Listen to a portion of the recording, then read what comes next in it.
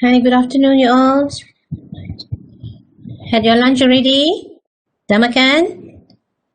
Oh, tak dengar. Oh, sorry. Oh, can I hear? Can you hear? Can. Okay. Okay, can. All right. Good afternoon. Okay, can hear. Okay, good. Go. Okay, can hear. Good afternoon. Okay. I just find out from my previous class that I can use here the reaction here. Have you tried using that? Can you see at the bottom there? There's yes. All right. I love playing with that. Yeah. Okay. I love playing with that reactions. You see, I just discovered last class I conducted virtual. So my student give me the thumbs, smells, and then I know every one of you cannot wait to do this. Habis kelas 5 o'clock, you all can just put your tutup mata dan boleh tidur. Alright? But don't tutup mata now. Don't tutup mata now. So, because, okay, ni 3 hours yang crucial sebab sudah makan tengah hari. Alright? 2 to 5. And then topik pasal risk management and insurance, which is your forte. Yeah, your forte, right? Yeah, this is all you have done this, right? I assume that most of you, yes, most of you doing insurance. Most of you doing insurance, right? So, okay, it's kind of easy for me to go through this, to explain, but I don't think I need to explain a lot more on insurance because I think you're also well versed. But the only thing I know that I know your concern is that you wanted to pass your exam, betul tak? Yeah. So, jadi nak pass exam, alright, and then tolong baca from skin to skin. From skin to skin, right? There will be, and then you see, baca daripada sekarang, but I think it's easy for you to faham, alright? And then, normally, question will come straight from the book because, as you know, we also have self-study students. Self-study students, they don't go to class, they just read the book. So it's not fair for us to prepare the questions from different sources, alright? So we will definitely take from the book itself. Right, so and then you just read through. I don't think you have any problem to pass the exam, and then but don't be too overconfident. Okay, what happened was that I have once taught the agent from from PRU-BSN. So we taught them, all right, on module 2. So they're all takaful agents. They're all well versed with takaful things and whatnot. So they thought that they didn't have to read the book for them to sit for the exam. So they were wrong. 40% failed. 40% failed, right? 40% failed the exam. Because you see, like, it's different knowing things rather than you read things, the facts of the particular subject, all right? So, but you will be like very fast reading it through, right? But you have to read it through, all right? So that you will be able to answer the questions better. Right, for exam purposes, but I think for knowledge, for experience, I don't think you guys have any problem in marketing insurance products. All right. So again, all right. Here I can see that there are no Muslim students in this class, so I won't be talking more about takaful, right, to explain to the Muslim participants that they need to have takaful, right? But as you're all non-Muslim, so I urge you guys, when you promote insurance protection, you have to promote to the Muslim clients, you have to promote them the Islamic insurance, which is takaful. Right, so all right, so means that we Islam Muslim, we cannot take insurance. But if some of your Muslim clients already have insurance, but they have substandard health, right? They already have heart problem, glucose level problem. You see, and then maybe what else? Jantung, masalah with the heart or whatnot, all right? So they might not be able to, to take up takaful. So in Islam, it's considered darurah, macam benda yang something apa nak kata? What was this darurah in English? I forgot already. Somebody can help me. Dia macam tak ada peluang, so terpaksa ambil. So it's okay. Right, it's okay, right? But if they have the chance, you see, to convert it to takaful, which is much better. But last time when I started with Great Eastern Life, I was an insurance agent with Great Eastern Life Assurance.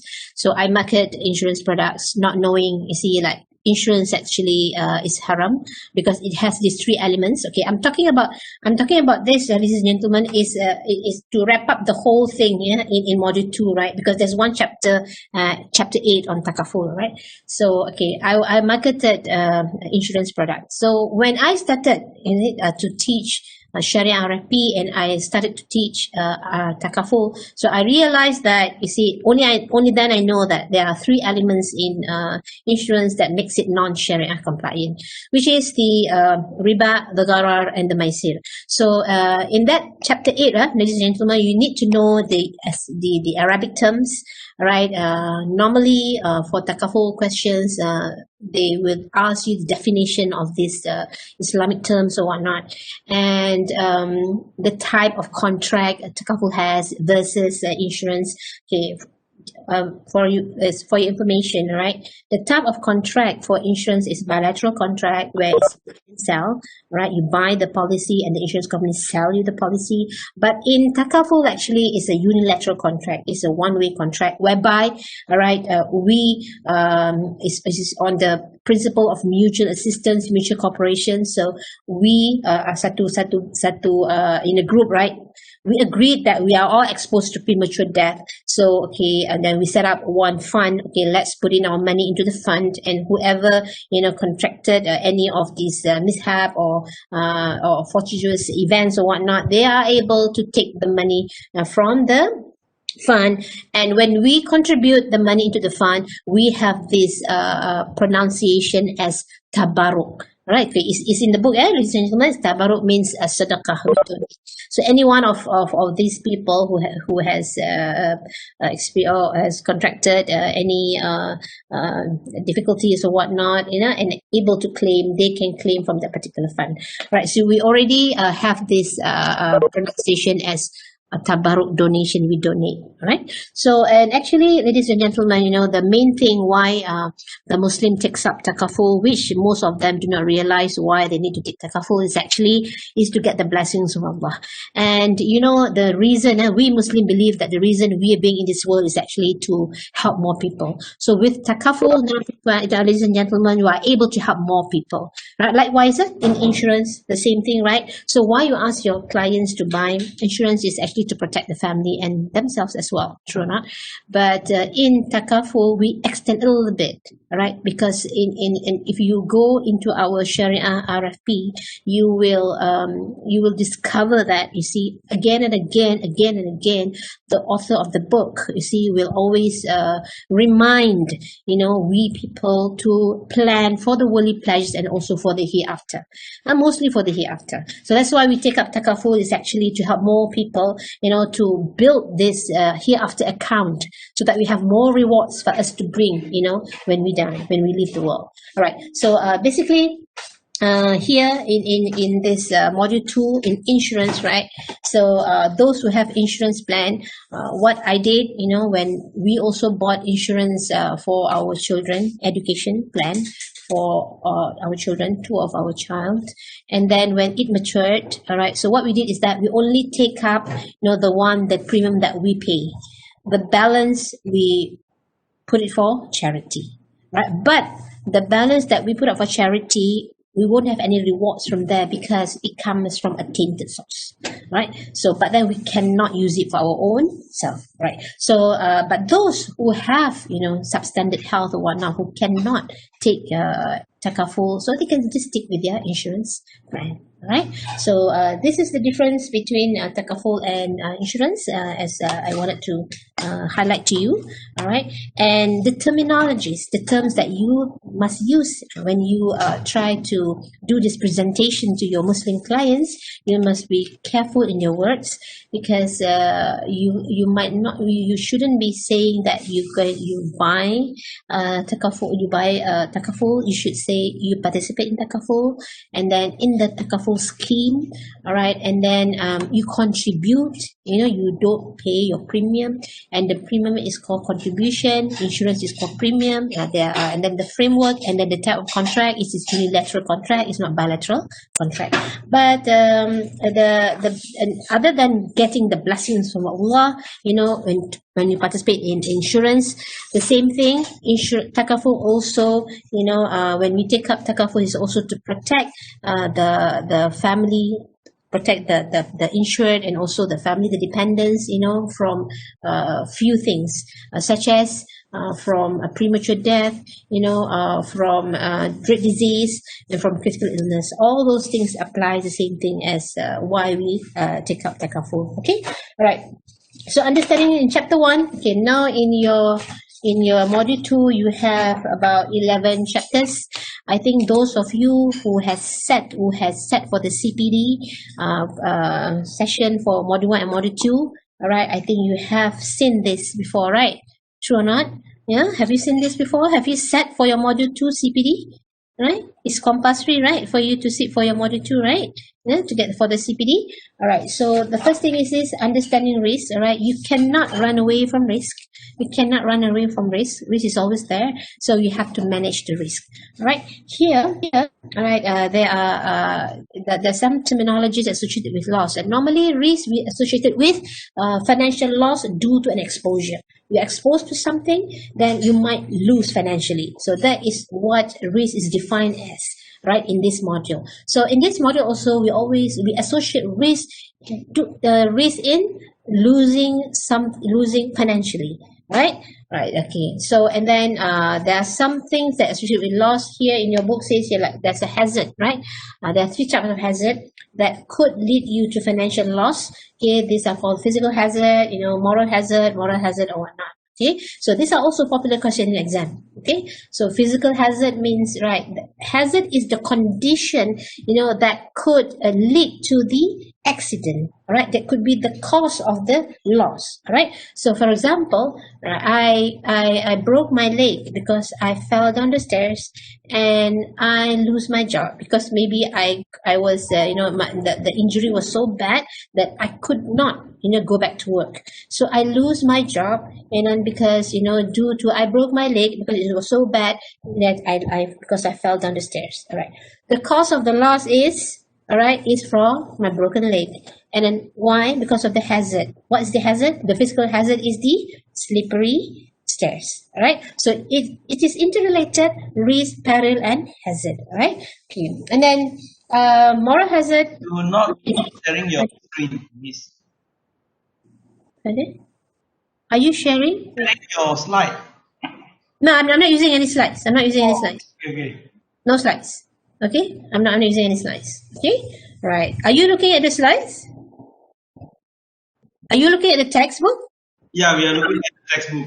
Yeah, look at the textbook. Okay, I'm not using the slides. Okay, maybe I will just draw something on my whiteboard later.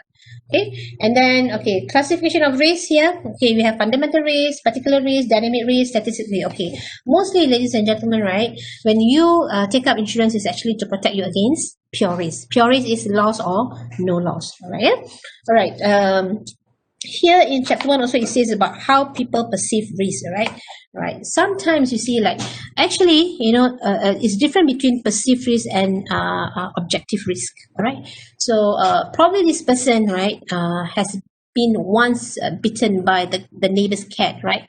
So he perceived that, you see, like, all the neighbor's cat is very, very dangerous, right? But actually it's just that one particular time only that maybe the cat was a bit, distracted or whatnot, so the cat bit him. but actually it's just perceived risk. Actually, in reality, actually the cat is not that dangerous, right? Perceived risk and objective risk, all right? So there are categories of risk behavior. Some people can take risks, some people cannot take risks. See, some people are risk averse, some people are risk indifferent, some people are risk taker, right? So it's just here in your book, right? It's saying about a risk taker. Who are these risk taker? So risk taker is the gung ho type of individuals, all right, whose perspective of risk that is an opportunity. Okay, now like you see, like the market is not doing well now. You know, the price of shares and then the price of trust funds and whatnot is going down, right? So if you are a risk taker, right, you're gonna put more money there. But what happened to Malaysian people, to these investors, right? You know, what they did is they sell low and they buy high. So that's why they are not making so much in the investment, right? So, but if you're a risk taker, right? So you put more, right? You put more. But people are risk averse, they're not. They sell, right? So they're not going to make so much in their investment, right? So risk is different. Is that is like I don't care. So risker, tak ada risker, indifferent, right?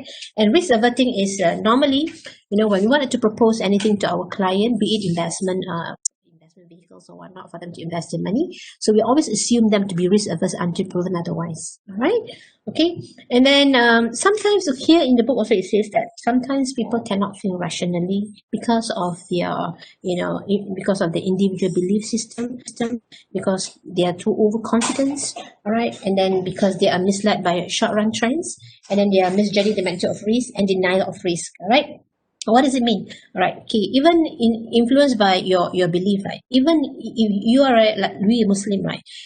If we are in this particular restaurant, something like that, or we went out for dinner and like that, we are so very hungry. But it so happened that the dinner that we went to, you know, unfortunately, we were taken into a non-halal restaurant. Maybe you were on a holiday, on a trip that you know the travel agency mistakenly taken us to a non-halal restaurant. So even though you're so hungry at that particular time, so hungry, right?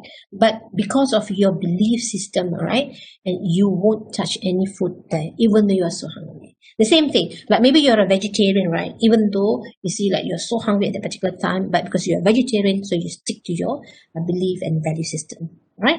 So overconfidence, sometimes you see the more information you get, you see, not necessarily will help you to make a precise judgment, right? You might be too overconfident, but not necessarily you will make the right decision. Okay, and misled by short-run trends. Okay, you can see that probably at this time, wow, you're making your investment, so you thought is bull, right? But actually, it's just a correction. Yeah, you misled by short-run trends and misjudging the magnitude of risk. This is something that I shared with you just now. The magnitude of risk. Actually, that cat is not really very dangerous, right? It's just at one point, that time only, right?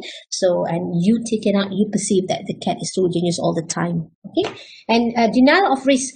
You see, it says here that you see, like for us, you see, like I'm just asking you guys, are you all, anybody here scuba divers that have licensed scuba divers? Anybody here? Huh? Nobody? Or do you go for snorkeling? You go snorkeling, right? Okay, those who wanted to go for scuba diving, right? We thought that, wow, it's going to be like very dangerous thing to do, right? So diving into the sea, right? But then these scuba divers, right, they say there's no risk. You know, what to be afraid of? Because they are all trained, right? So this is denial of risk. They say there is no risk, but actually there is risk if you are not trained to do so. Okay, there is denial of risk. Then influence of bias attitude. Sometimes, you know, our rational thinking and when we make decisions, sometimes is influenced by our bias attitudes, right? Example here, availability bias. You see, like people heard that, you see, you don't take insurance. I heard my friend say difficult to get insurance claim, very slow one. So, and then, or you heard that somebody said, you want to take insurance, they say you want to claim for insurance, right? You have to do post-mortem, you know. So, okay, I don't want to take insurance. That is availability bias, right? And then familiarity bias, and then maybe is also called intimacy bias, right? So, means that if somebody asks you, you know, like maybe say that, Rachel, okay, you want to invest in shares or not? All right. So, but then Rachel is so very comfortable saving in ASB, right? So very, very intimate. So very safe sangat. So there is familiarity bias, right? So no, I don't want, I don't want to put my money into shares because I think ASB is so good. Now familiarity bias, right? Sometimes you cannot think rationally. And then evidence bias. Evidence bias is okay. Probably what happened to you is that you are diagnosed with cancer, and then you don't want, you feel that you don't have cancer. What you do is that you go and find another doctor to get second opinion, right? And then hoping that the doctor will tell you that actually it's not cancer. But the second doctor also said, yeah, with all the tests or whatnot, it's cancer, right? So what you do is that you're going to find another person, maybe the BOMO or the Singsay or whatnot, okay, and then you go and see him, and then the Singsay people say, or the BOMO say, I don't think it's cancer, I just think it's angin. Then you kata, yeah, I also thought it's angin. I pun rasa angin. See, evidence bias, just to support you punya belief, right? And then illusion of control bias. Illusion of control bias, you feel that you can manage the thing better than your friend. Probably here in the example here, probably, right? You are driving the car, but then your son is driving the car. You sit as a passenger, but always you feel that if I'm the one who drive the car, I will be a better driver. The illusion of control bias. You see, even though your son is much better driver than you, malam lagi dia mata lagi terang pada you pun dah tua kan, malam pun tak nampak kan, tapi you feel that kalau I drive, I can drive better. That is illusion of control bias, right? Okay, and then risk taker and thrill seeker. You see, I might not be going through the whole thing because we don't have much time. We only have like 3 hours, all right? Because this is capstone. Okay, I just gone through a little bit, run through. So, and the rest, please study for your exam purposes, right? And then for your information, knowledge, okay? And then basically, right, there are, here you say, right, there are 4 broad types of life situation people involve risk taking. There are 4 situations that we might take risk on, right? That concerns of 4 things. What could that be? Money. All right. So risk, money involving or loss of capital. Maybe you are risk averse. I'm not going to invest in shares. Yeah, you afraid that you lose your money. I'm not going to answer to any calls saying that it's from the bank. It could be scam. Right? I'm not going to even invest in any business. I don't think, maybe the business is not legal or something like that. So anything to do with money, to do with you losing your money, like, you are very careful. You might not take the risk, right? Okay. And then physical. So physical risk involving loss of life. Katakanlah you all takut sangat, right? Yeah, you might lose your life. As a hobby, you might not do paragliding. You might not do scuba diving. So might as well go for badminton, hockey pun takut juga, takut kena pukul dengan benda tu kan. So badminton lah, alright, so safe hobby, okay. And then social risk involving loss of face, singing in a contest, right? You punya credibility, you punya personality, you punya integrity, alright, social. So you berjaga hati-hati sangat, takut. Maybe you don't want to go into the political arena because you takut you kalah in the political punya war. So malulah kalau kalah, malulah bertanding, malu nak fight, alright? So tak payah. You takut, malu. Right? So ethical, risk involving loss of freedom. Be careful in doing all these things because you might be behind bars. You might lose your freedom. Jadi takut if somebody said, okay, let's do this. Maybe drug trafficking, human trafficking or whatnot. You see, all these things, scam things. Say, tak berani lah. We do once only. No, I'm not going to do it. Don't want to take the risk because if we got caught and we're going to be behind bars, social freedom, blah. Zero, habis. Yeah, so that we means by risk taker and thrill seeker, right? Okay, risk tolerance. Okay, here it's just tell you that some people can take more risk, some people cannot take more risk, right? But and it could be related to the demographic factors, all right? Risk tolerance, okay? Because what are those? Age, all right? People say that young people tend to take more risk than older people. But majority lah. But there are still some older people that can take more risks than younger people. True or not? But in general, okay, gender. It says that men can take more risks than women. But now you can see that women lagi hebat kan? But in general, alright. Birth sequence. Dia kata eldest child tend to be more risk averse. Anak yang sulung lagi more risk averse. Betul tak? Ya, siapa sini anak sulung? Any? First child, second child, siapa sini anak bongsu? Kalau anak bongsu, the youngest one ya, always the pampered one lah. Jadi more can take more risk lah, because orang yang sulung lagi fikir ya, the responsibility is on them. Marital status, those who are married tend to take less risk than those are single, right? Because they have commitments. Now they must think. Occupation, those who hold better occupation, better position, all right? So they are able to take more risks, right? Okay, right. And then, right, measuring the client risk tolerance, okay. Okay. Risk tolerance here, all right, that associated with financial loss could be, this gentleman is on the investment part. Right, on the investment part, okay? Because for all you know, right, in order for you, in financial planning, in a good financial planning, there are two things that you cannot not advise your client not to do. What are those two things? The first one, when I studied my RFP, I was the pioneer who took RFP back in 2002. At that time, it was in Great Eastern. So we were the pioneer who took RFP, right? And then, you see, here, all right, here, it says here, is it? When I ask, you see, my lecturer, right? Okay, who should take? You know, who should I give this financial planning advice to? All right, he said, Zalina, right, you have to give this advice to everyone, all right, including the beggar.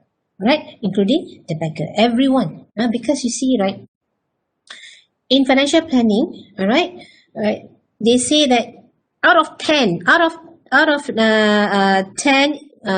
retirees in Malaysia, 9 will become beggar in their own house. 9 become beggars in their own house, you see. Beggar terhormat lah.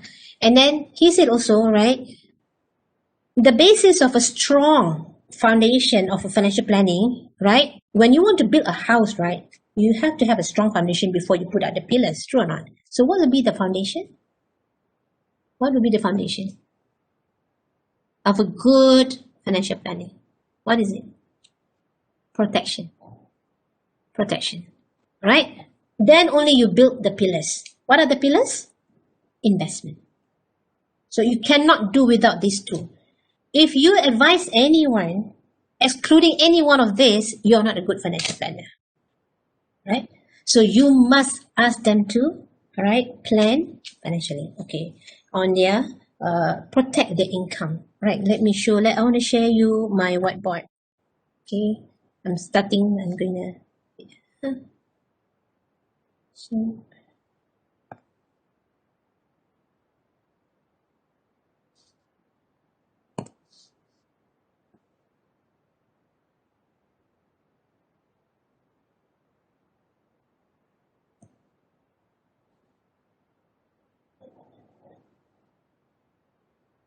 Wait, it's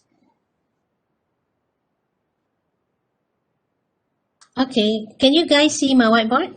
Can you see this? Can you see? Yes. Oh, thank you. Yeah. I love the reaction. I love that. Okay, thank you. Okay. So now, ladies and gentlemen, you're all so comfortable in your life right now. True or not? Are you all comfortable now? Right? So you're all comfortable, all right, supported by this pillar. As you grow older, your age here, you are very comfortable because it is supported by this pillar. All right. So what are these pillars? What are these pillars? This is your income. Right? So if something happens to you, the 3Ds, you know what are the 3Ds, right? Great disease, disability, or death, premature death. Right? What will happen to this pillar? No more income. It will crack. What happened to you? You fall. Jatuh. So that's why in financial planning, you have to protect your income first. Protect this. How to protect? In this case, ladies and gentlemen, it's through insurance. But for the Muslim, it's through takaful. Alright? So you must protect this income. Alright, so this is, then after that, Alright?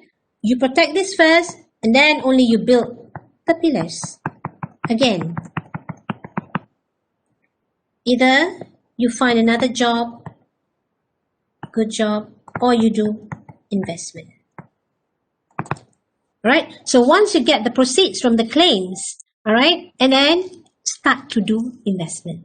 Right? If you don't have this, the insurance, because in insurance you build up the fund here, right? Then you start to pay. But in investment, you hope to build the wealth here. But insurance, you only build the wealth here. Right? So that's why, ladies and gentlemen, protect this first, only then you build your pillars again. It's your investment. Right here, it says that, right, in this chapter, it is more concerned on, you see, what type of investment that you can take. What type of investment that you dare to put your money in. All right? Okay, so you like it or not, everyone has to invest. Right? Because if you don't invest also, it's a risk. Right? Do you know what is the difference between the, wait there.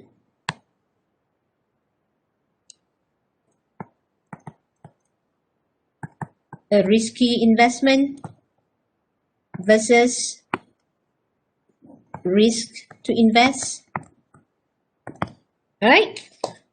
A risky investment means that, you see, like, if you cannot get the return that you expected to get, versus risk to invest. Some people, they don't want to invest their money. Say, it's so risky, I might lose my money. That is two different things, right? So, but you like it or not, if you need to invest somewhere, sometime, you need to, right? Because you cannot do this, you cannot do without these two, right? So that's why when we wanted to propose to our client where to invest their money, so we have to look at their risk profile, their risk tolerance level. So this is what it says here in chapter 1. You see, what kind of investment, what kind of risk that they have, and what kind of investment portfolio that we wanted to propose to them, right? Because what does it mean by investment portfolio? It means that you don't put all your eggs in one basket. Don't just invest your money into one counter. Right, so you must invest in different diversification, different asset investment asset vehicles. Okay, all right. So this is okay. Please do your self-assessment every other chapter. Right, I leave that to you. Right, risk management here. Okay, risk management here. Chapter 2 is just saying about what is the risk management process here? It says that setting risk management objectives, gather information, analyze, develop risk management, implement and review. Okay, if you notice, right, there's another here, it says that, right, the first thing, when you wanted to propose to your client, all right, to take up insurance planning, all right, insurance protection, first and foremost, you have to identify the risk. So what is your client's exposed, what kind of risk your client is exposed to, right? So they could be exposed to personal risk, as is in your book here, personal risk, property risk, or liability risk. Okay, liability, you have to identify, all right, what kind of risk they're exposed to, right? So personal risk could be something like premature death, and you know what is premature death, right? Do you know what is premature death? You know what is premature death? What is premature death? Just to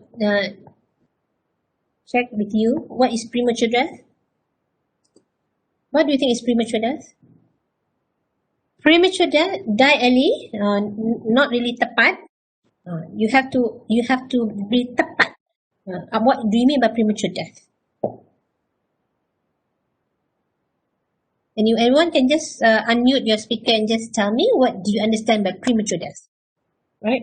So we all agree that we are all exposed to premature death, right? So what do you mean by premature death? Premature baby, you know, right? Premature baby. Lahir, pass away before average life expectancy? Not really. Life expectancy? Not really. Accidents? Not really. Right? Because we all macam kita, when we do our presentation, right? So we took for granted that our clients understand what is premature death. But most of the time when we present it to our client, we just tell them to protect you against the 3 Ds: death, great disease, and disability. right? But you see, you have to emphasize a little bit on death, natural death, and premature death. Most likely, ladies and gentlemen, why we wanted to take up this insurance plan is because we want to protect ourselves against premature death, especially if you're under employment. All right. Premature death means that you die when you still earning an income. When somebody tend to lose the economic value on your life, so you are deemed to die prematurely. Understand? Right? So for these people who has retired, so what are they categorized as? They are called as economically dead. See the word here? Dead. Economically dead. So when a retiree passes away, retired already, right? At the age of 60, age of 61, 62, 63, be it due to accidents or diseases or whatever, they are not categorized as prematurely dead because they no longer have an active income, no longer bring economic value to the family. They're on pension. They got the EPF money. They got pension from the government or whatnot. So those people who die prematurely belongs to the group of people who still under employment and who still bring economic value to the family. For business owners, the same thing. If he or she still runs the business, all right, and is still bringing money to the family, all right, if they die, when they are still earning an income for the family, they are deemed to die prematurely. Understand? Right? So we should understand the terms, the reason why we wanted to participate, we wanted to buy the insurance scheme. Excuse me, for the Muslim to participate. Remember, I'm using this interchangeably because when you propose to your Muslim client, you have to use the right word. Right? And use terminologies. Okay? So premature death. So economy, because when we die, all right, when we're already a retiree, so we are not deemed to die prematurely. Right? So premature death. Okay? Person with premature death. Not have enough money during retirement. That's why you need to invest now. Alright, a lot of investment has to be done to make sure that you have enough for retirement fund, for your child's education fund, for your medical fund, ladies and gentlemen, you see. So the reason being why we do financial planning is actually to help our clients to build a lot of funds. A lot of funds. So what? When we have a lot of funds, end of the day, what we're going to get is that we have a lot of fun. True or not? Right? But nowadays, Malaysian people, they don't have a lot of fun because they only have one fund. Only have one fund. What is that fund? EPF fund. So that's why when they are in financial difficulty, when they need to do, when they need money for the medical purposes, when they need money for the education purposes, when they need money to buy the house purposes, when they need money here even now, to bring food to the table for essentials, necessities, what they do, they are allowed, to withdraw from the only fund that they have, which is the EPF fund. Right? So they don't have a lot of funds, right? So they dive into that fund. So what happened? When they retire, the fund bocho already, right? They have less money. So that's why you can see the statistics say that, these people, when they retire, when they have EPF money, it cannot last long. It can only last, right, maybe 5 years, less than 5 years, right? So that you're going to see when you do your retirement planning later. All right, when you look at your retirement planning later, when these people, get this much money from EPF and they spend it unnecessarily, happily, without even know that, you see, this money, if they don't manage it well, can only last for just few years, which, you see, the life expectancy of people now in Malaysia, for the ladies, for the female, it could be 81 to 82. For the male, it could be like 78, 79, right? So, live longer. Live longer, why? Due to the medical advancement, all right? So people live longer, and then because with all the new inventions of drugs, that could somehow, treat high blood pressure clients as patients, diabetic, cancer patients, they live longer, right? So if they don't have any insurance cover, no medical cover, no medical card, they're going to suffer. That's why the money that they receive, the EPF money cannot last long, right? So this is what it says here, personal risk. Okay, these are all personal risks that they might encounter. So you have to identify. So speak to them on this. Okay, use the words. You're exposed to this kind of risk, all right? Okay, you are not telling them to buy any products yet, true or not? So you are just telling them, so what are the risks they're exposed to? Because this is only the first step, right, ladies and gentlemen? Because when you do all this financial planning later, you are no longer going to be a product pusher. You're going to be more on an advisory level. And the most important thing is that, you see, like here, risk management is so important, especially now. The situation now is happening in the world. You know, before COVID-19, I was teaching one of my class on module 2. So we're talking about risk management. You have to manage the risk. You might be out of job. You might not have enough money to sustain or whatnot. But suddenly COVID-19 came. And when I was in the house, you know, during the PKP, I was thinking, wow, you see how relevant module 2 was to everyone in the country now. In fact, everyone in the world now, that how to manage the risks. All right, because you might not know what's going to happen to your life now, because it's so unsure. It's unprecedented, you know. So that's why you must be very, very careful now in managing your money, because you see, manage the risk of not being able to sustain, right? Don't have enough money to able to survive, right? So this is personal risk, right? Property risk. Property risk is, you see, more on, you know, how to protect your properties. Do you have fire policy for your house? You see, do you have insurance policy for your car or for your valuables or whatnot? Property risks, right? Liability risk. Okay, this applies to us financial planners. If we give wrong advice, you know, a lot of people, Malaysian people sekarang dah pandai sangat saman menyaman, ya, pandai sangat litigating people. All right, so protect yourself. You might need to get professional indemnity insurance, all right, to protect yourself against all these litigations that, you know, that people orang sekarang setengah stress. Right, you give the wrong information, you give the wrong advice, saman, right? So they can get the saman money, right? So be careful. And this is liability risk, so make sure of that. And then what happened after you identify the risk? See, this is the 6-step risk management, setting risk management objectives. What are the objectives? Yeah, here, objective is actually to make sure you have enough money for retirement, enough money for education, enough money to travel, enough money, you know, to pay your debts, enough money to live comfortably, enough money, and all those. That is your objectives, right? All right, and then be it, you see, okay, maybe you have property, you know, you have a business, you have restaurants or whatnot. All right, objective is to make well, to survive well in your business. Have you protected your restaurants or not? Have you protected your workers or not? Something like that. All right, and you have your own company. You want to excel. You want to, you see, like maximize in your business profits. You know, have you protected you know, as the owner that you could be litigate. And if you anything wrong, with your product, with your business, you know, people can always summon you, right? So number 2, you evaluate the risk, right? Okay, gather information for risk identification and evaluation. You evaluate the risk. When you evaluate the risk, what are you looking at? You're looking at the frequency, and you're looking at the severity. All right, the frequency and the severity.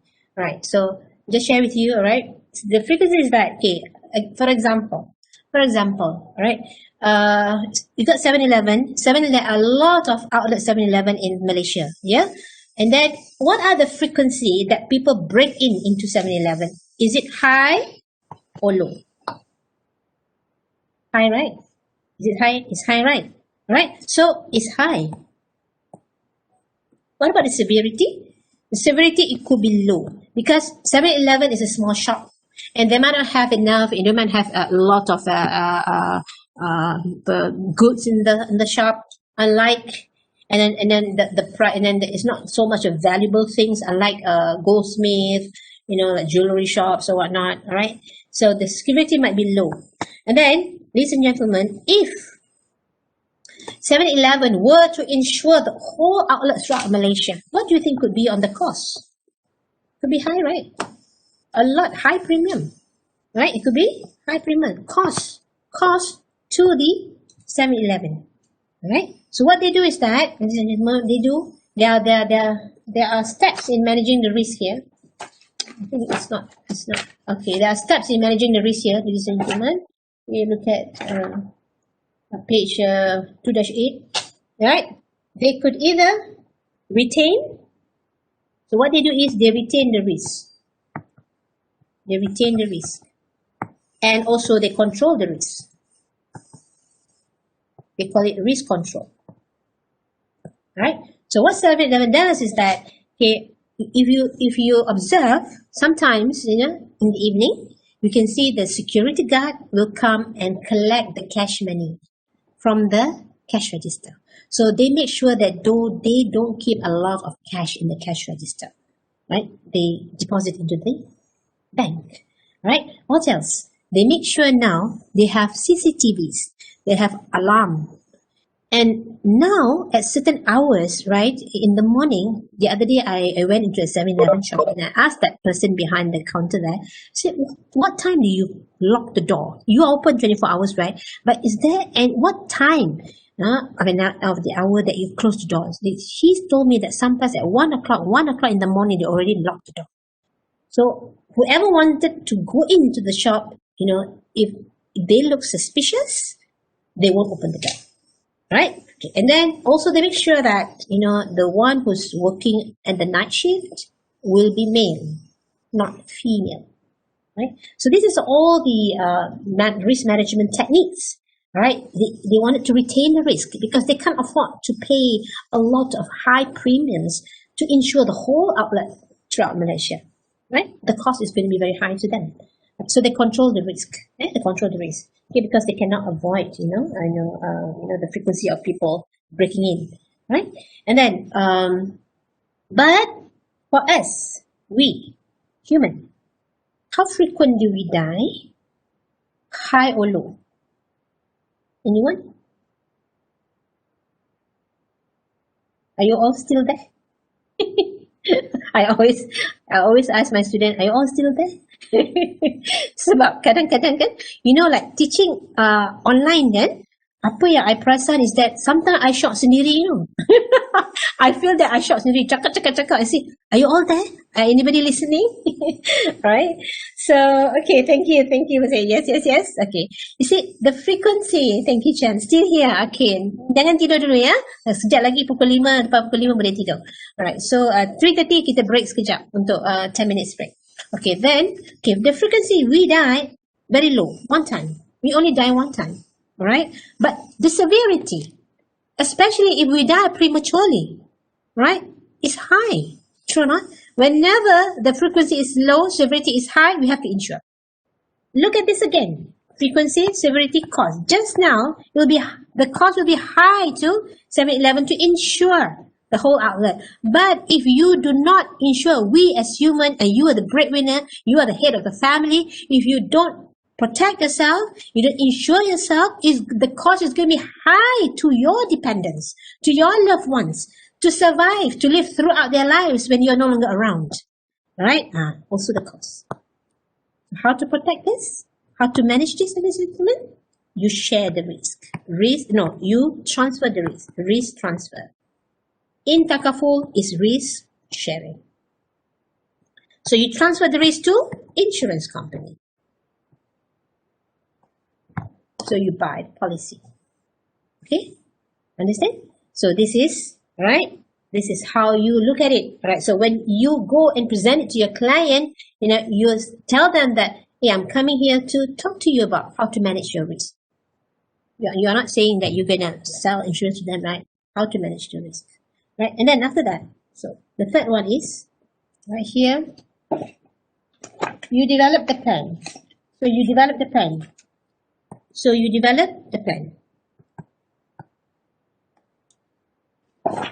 Here in the stage, here in this book, analyze, yeah. Okay, number 3 actually is analyze. Here, in our Sharia, we only have 5. But in RFP, we have 6, alright? So number 3 here, not developed yet, you analyze information, the data. Yeah? Of course, ladies and gentlemen, right? When you wanted to do a comprehensive financial plan for your client, you need to collect data. Data that could be very sensitive. Data that could be very private, alright? But if you can somehow project or exhibit, alright, in your presentation, that you are knowledgeable, that you are reliable, that you are trustworthy. All right, you are able to get the data from them. Right, because in financial planning, in even insurance planning, right, risk management, and then through insurance, right, if you don't get the data, you might not be able to give them the best plan. You might not be able to give them a comprehensive insurance planning. Because you see, later in the few chapters after this, you see how to make sure that your clients have enough protection. There are a few methods that you can use. One of it is the needs analysis method, the total needs approach, which you have to present it in your project paper. You have project paper to do, right? You have to submit project paper plus your MCQs, right? Your objective questions. You need to pass both. Right, so in your risk management and insurance planning, you have to show, the total needs approach, to find out the adequacy. So whether is there a gap, is there a shortfall in the insurance coverage for your clients? Right, I would like to know, me as your client, I would like to know, do I have enough cover? All right, do I have enough cover for now? Right, so it's for you, a planner, to assess, to evaluate, to analyze whether do I have enough cover, or should I include more? Should I add more cover? So that is for you to analyze, all right, to identify and evaluate the risk, and then develop the risk management program. Now, number 4, so you develop the plan. So after you have analyzed, all right, all the data, given by your clients, and you find out that, you have do all the total needs approach and blah blah blah, and you find out that it's not sufficient, there's a shortfall in coverage, so you develop the plan. All right, Mr. A, you need to top up. So what you have now, you have this and this and that, but you are short of this much cover. Right, so you need to top up, and then, okay, I have developed the plan, I have done this quotation for you. All right, okay, later, let's say later, this is a quotation from this particular company, and then it covers all the covers and whatnot, and then that could help you to cover the shortfall. And then when the client agrees, implement the plan. Implement the plan, and lastly, we have to review and monitor. All right, because maybe when you first met your client, they just got married, no children, and now they got children. Now they got more children, they got more liabilities. Last time small house, now bigger house. Last time small car, now bigger car. More liabilities. All right, so of course you must review and monitor. So that's why in financial planning, you and your client, your relationship is for life. All right, for life. Right? Okay, because they wouldn't want to share their private data with anyone else except you. But then again, I just like to caution, all right? Don't let your client be too dependent on you. Right? You must be able to educate them. You see, what is this financial planning all about? Because it concerns their life. It concerns their life. And they must be able to make decisions on where to invest and how to take care of all these plans and whatnot. Because you are also human. We are also human. We might predecease them. We might die before them. So what will happen? We don't want them to panic. So that's why, ladies and gentlemen, in the first year, when you do your financial planning process, when you did it in module 1, right? So what will be the first one? You have to identify the relationship, right? Yeah, the client-planner relationship. All right. So what is their responsibility? What is your responsibility? Everyone has their own responsibilities. All right. You cannot be dependent on other people to take care of your financial. Right, you must be involved. So that's what happened, that I got feedbacks, from my students, who are not financial practitioners. They say, Puan Zarina, I don't want to take insurance. I don't want to take takaful. You see, my agents are no longer in the industry. No longer. I called, they're no longer there. I told them, if your agent die already, what should you do? You go to the grave, you suruh dia bangun ke? Right? So you must take care of your own things. And then I told them is that they don't know, they don't understand. And I told them also, okay, these insurance agents, right, takaful agents, right, they don't have any basic salary. Their salary is from the commission they get from the policies that they sell. All right, if there's no policy to sell, they don't have any commission. If that particular agent is the breadwinner of the family and no policies, no sales, no cases closed, and no income, if somebody come along the way, and told him or her that, look, there's a job opportunity that give you a basic salary. Don't you think that person will grab that opportunity? Because he's the breadwinner of the family. All he thinks is about to bring food to the table. So you must expect that, you must understand that. So that is why you cannot find agents, stay long in the industry.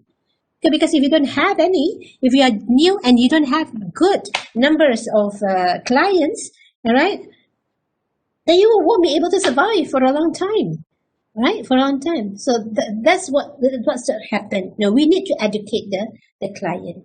We need to educate them, not only just to tell them, we have to educate them. Let them be proactive, make them proactive, make them understand what they take, make them understand why they do all these plannings. Because one way or another, if you are no longer around, they can manage their own financial plan well. All right, so that is what we want to do. That is all under advisory. It's so interesting actually, rather than being just a normal insurance agent pushing products and whatnot.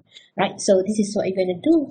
All right, so we wrap it up, and that's why the process we try to dissect, we try to extract out, and then we try to make it into a beautiful presentation to our client.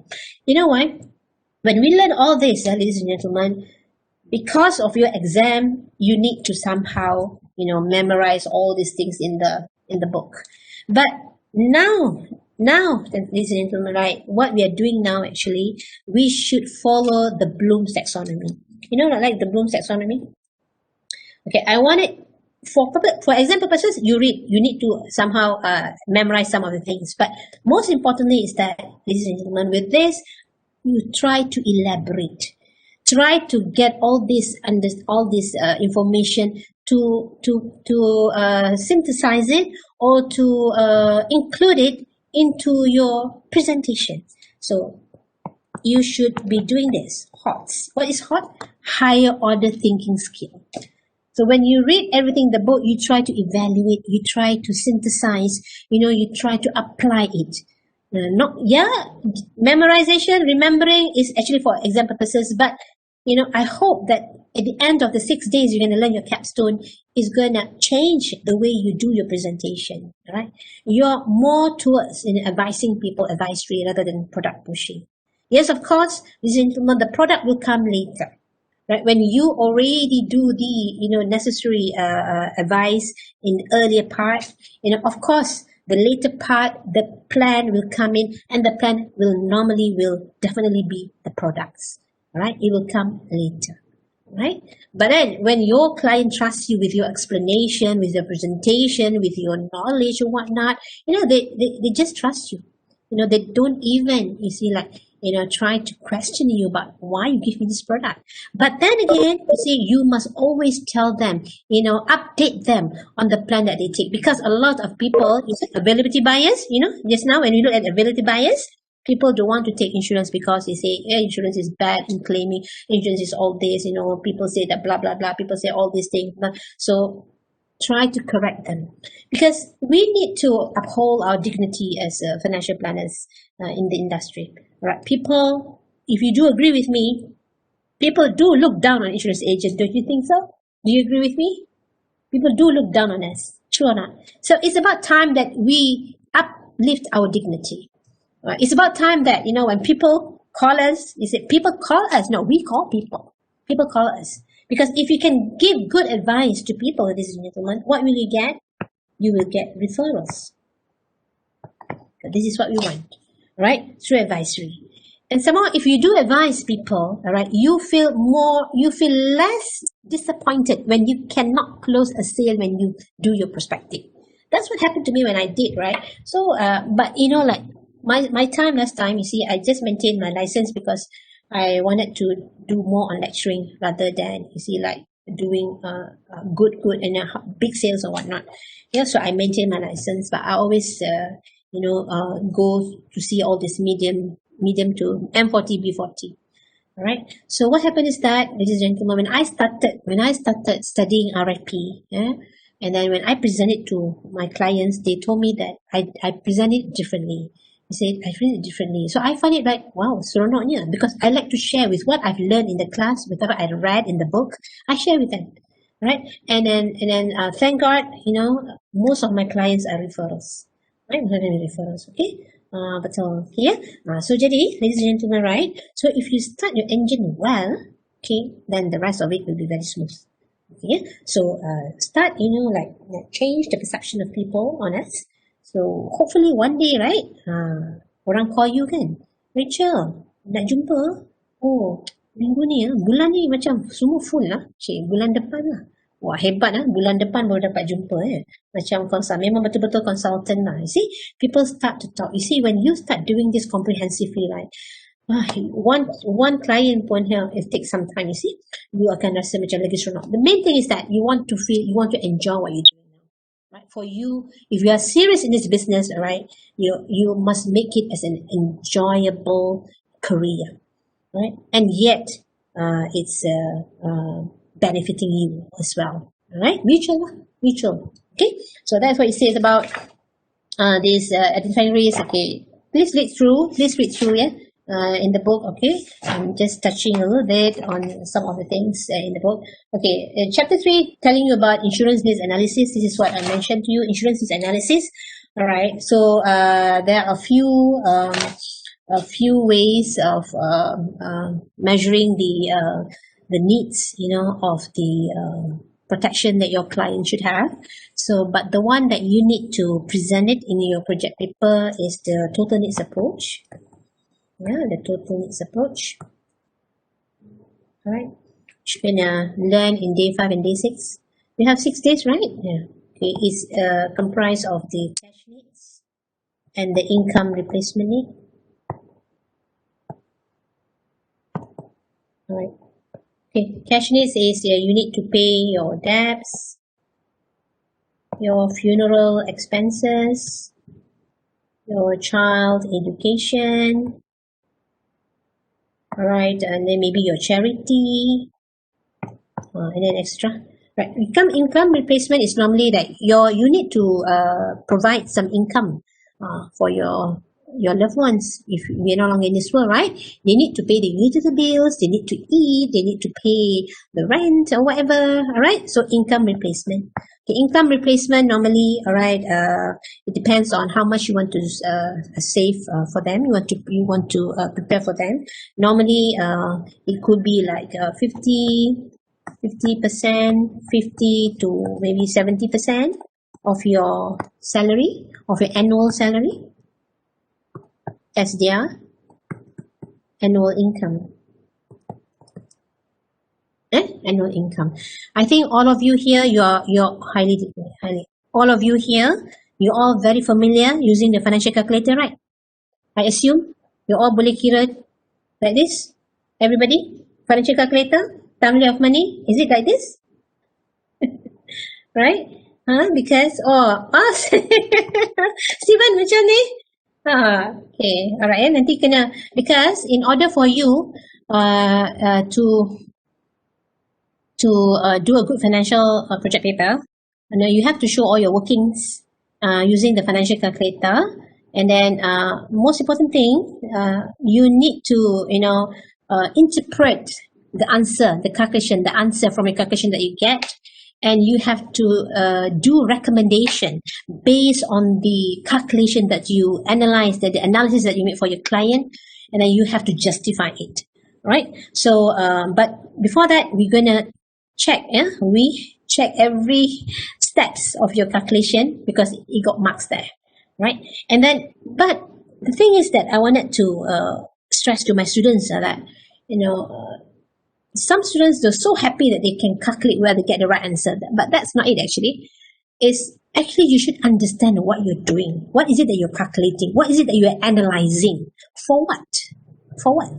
And then why is it so? So that you are able to tell people, why they need to do this. You are able to educate people, right? So you should do that. You should be focusing on this. That's why higher order thinking skill is not so much on remembering, so much on memorizing or whatnot. It's how you apply, it's how you evaluate, it's how you interpret, it's how you synthesize, it's how you apply that in your line of job, in your career. That make a difference, right? That will make you a difference agent altogether, right? Why people come and see you, why people don't come to see the other agent? Because you are different, right? Because you are different, all right? So this is how, okay, you need to understand why you need to do all this, what's the rationale, you see, for preparing all this. Okay, why, ladies and gentlemen? Because if you can do all this, you prepare all this adequately, all right, when you leave the world, I always ask my students, if you leave the world, what would you like to be remembered when you are no longer in this world? Would you like to be remembered as somebody who left a lot of debts and there's no asset to pay the debts with? Or you would like to be remembered as someone that has prepared, you see, ample, enough fund for the loved ones, to survive, to continue with their living, even though you're no longer around? Okay, how to do that? So one of the way to do that is to make sure that you have enough cover. Right, enough cover. But if you don't have enough cover, if you can't afford to get this cover, the coverage that we propose, at least you must have some.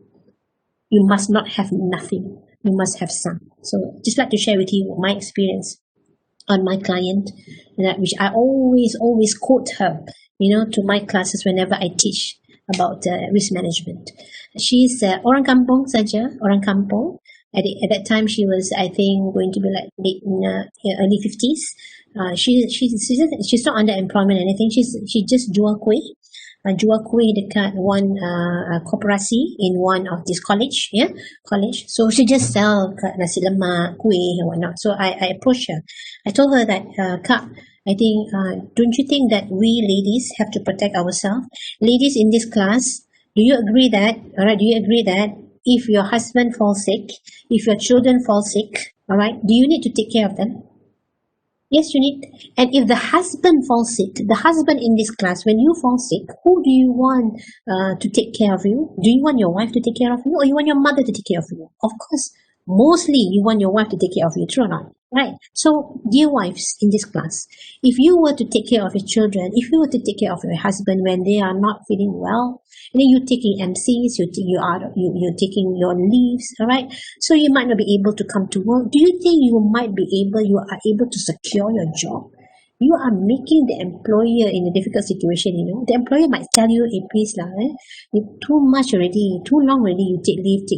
Siapa nak buat your kerja, right? So you might need to even resign, or you might as well, you mungkin kena buang kerja, but then what's going to happen to you? You got no money, and yet you have to take care of your loved ones. They are sick, all right? So you women, you have to take care of yourself. But when the woman falls sick, the husband might take 1 or 2 day leaves because they are the breadwinner of the family. They must go out and look for a job. They must go out and look for income to bring back home, to treat you, to maintain, to give food to the family. So who's going to take care of you? Right, cool. If you're the one who's managing the house, who cook, who wash, who do the laundry, who clean the house or whatnot, and suddenly you fall sick and you can't do all those things, and nobody to take care of you, how do you feel? You feel more sick and no money, right? No more money, right? So what happened to you? If you do have protection, if you do have insurance, if you have some money, even though it's not big, but you do have some money. Actually, it can alleviate, you see, the pain that you have, right? It can make you recover better, right? So what happens is that if you do have protection, if you do have savings, if you do have investments, all right, can you use that investment money? Can you use that, like the claim money, whatever, from insurance or whatnot, you see, to get people to come to the house, pay them an hourly rate, maybe 20 ringgit, 30 ringgit per hour to clean the house, cook for you, iron the clothes for you, do everything. Then the house is super, super clean and everything is just like, wow, okay, already, normal, right? But then, you see, you get people to take care of you if you don't have money, right? So when your husband comes back home, you say, wow, the house is clean, you got food on the table, you see, and then he will say that, wow, great lah, my wife ni sangat bagus, sakit pun can still manage the house, can still manage her own self, right? So where can you get this? You have to prepare. You see, we are not saying that our husbands are useless, no, but they need to go out to find job. They had to go out to get money and bring that money home, right? But right? So that's why I told her that you have to protect yourself. We want to be independent. We don't want to be too dependent on people, right? So I said, how much can you afford? See, now I'm going to take it. All right, so how much can you afford? I cannot afford that much. I can only afford probably maybe 1 month, maybe about 20 ringgit. Because she's just a kampung person, you see. So at that time, right, if you pay less than 50, they cannot pay a monthly. You have to do quarterly. So she pays about 60 over ringgit quarterly.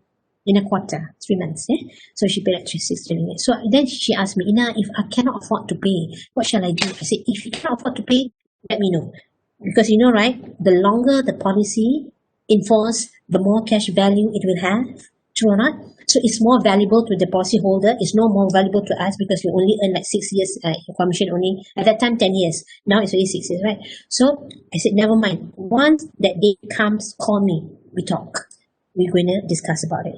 So one fine day, she called me after 4 years after that. She said, Ina, I no longer, sell all the kuih. Then I asked her, can you still pay? I said, yeah, I can still pay. I still have some money.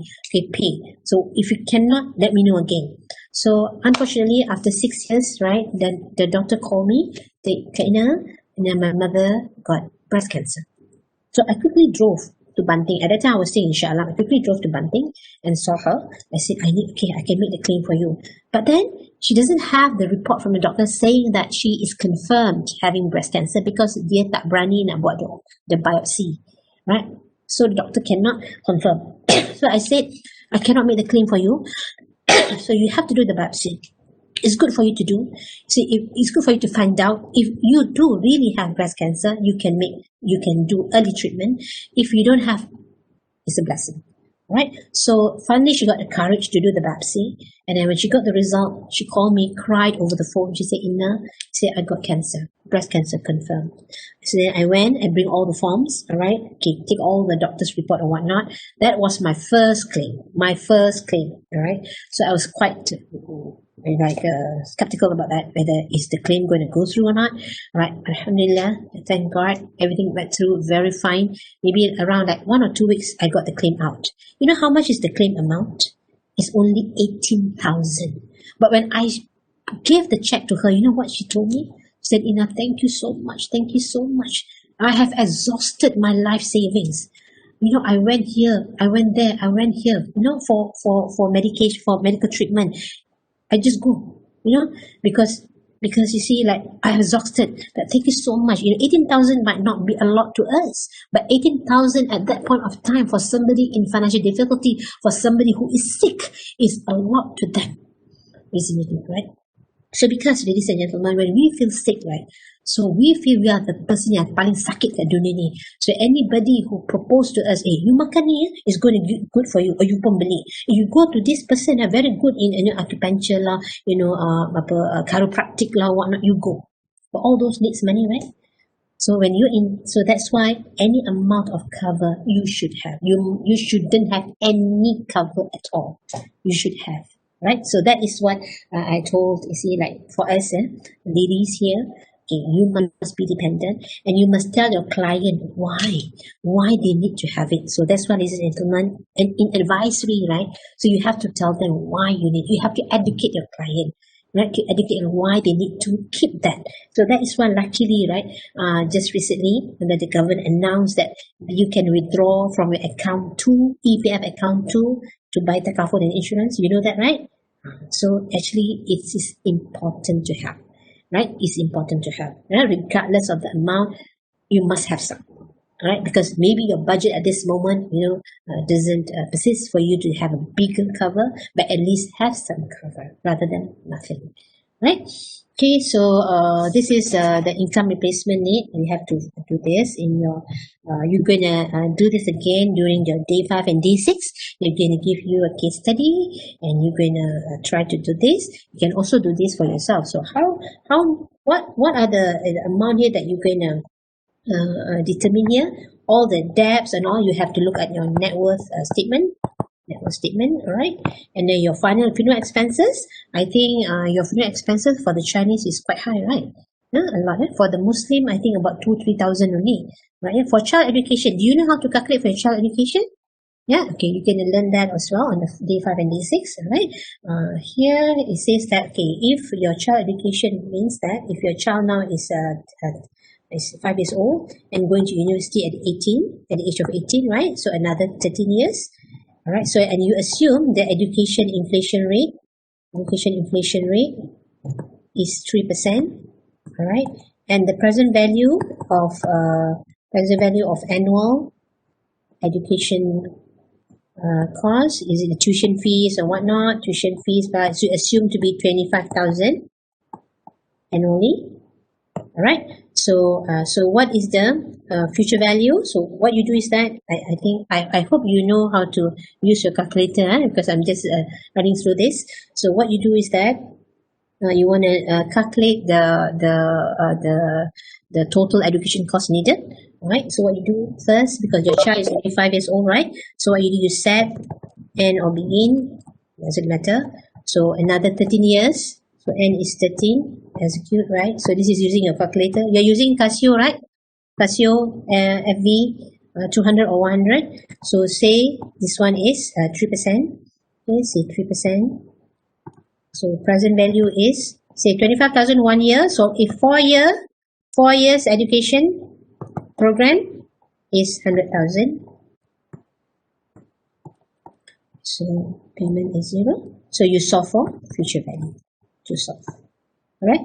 So this will be the future value of the education cost. So you can put it here, the education cost, how much charity you want to give, and etc. Blah blah blah.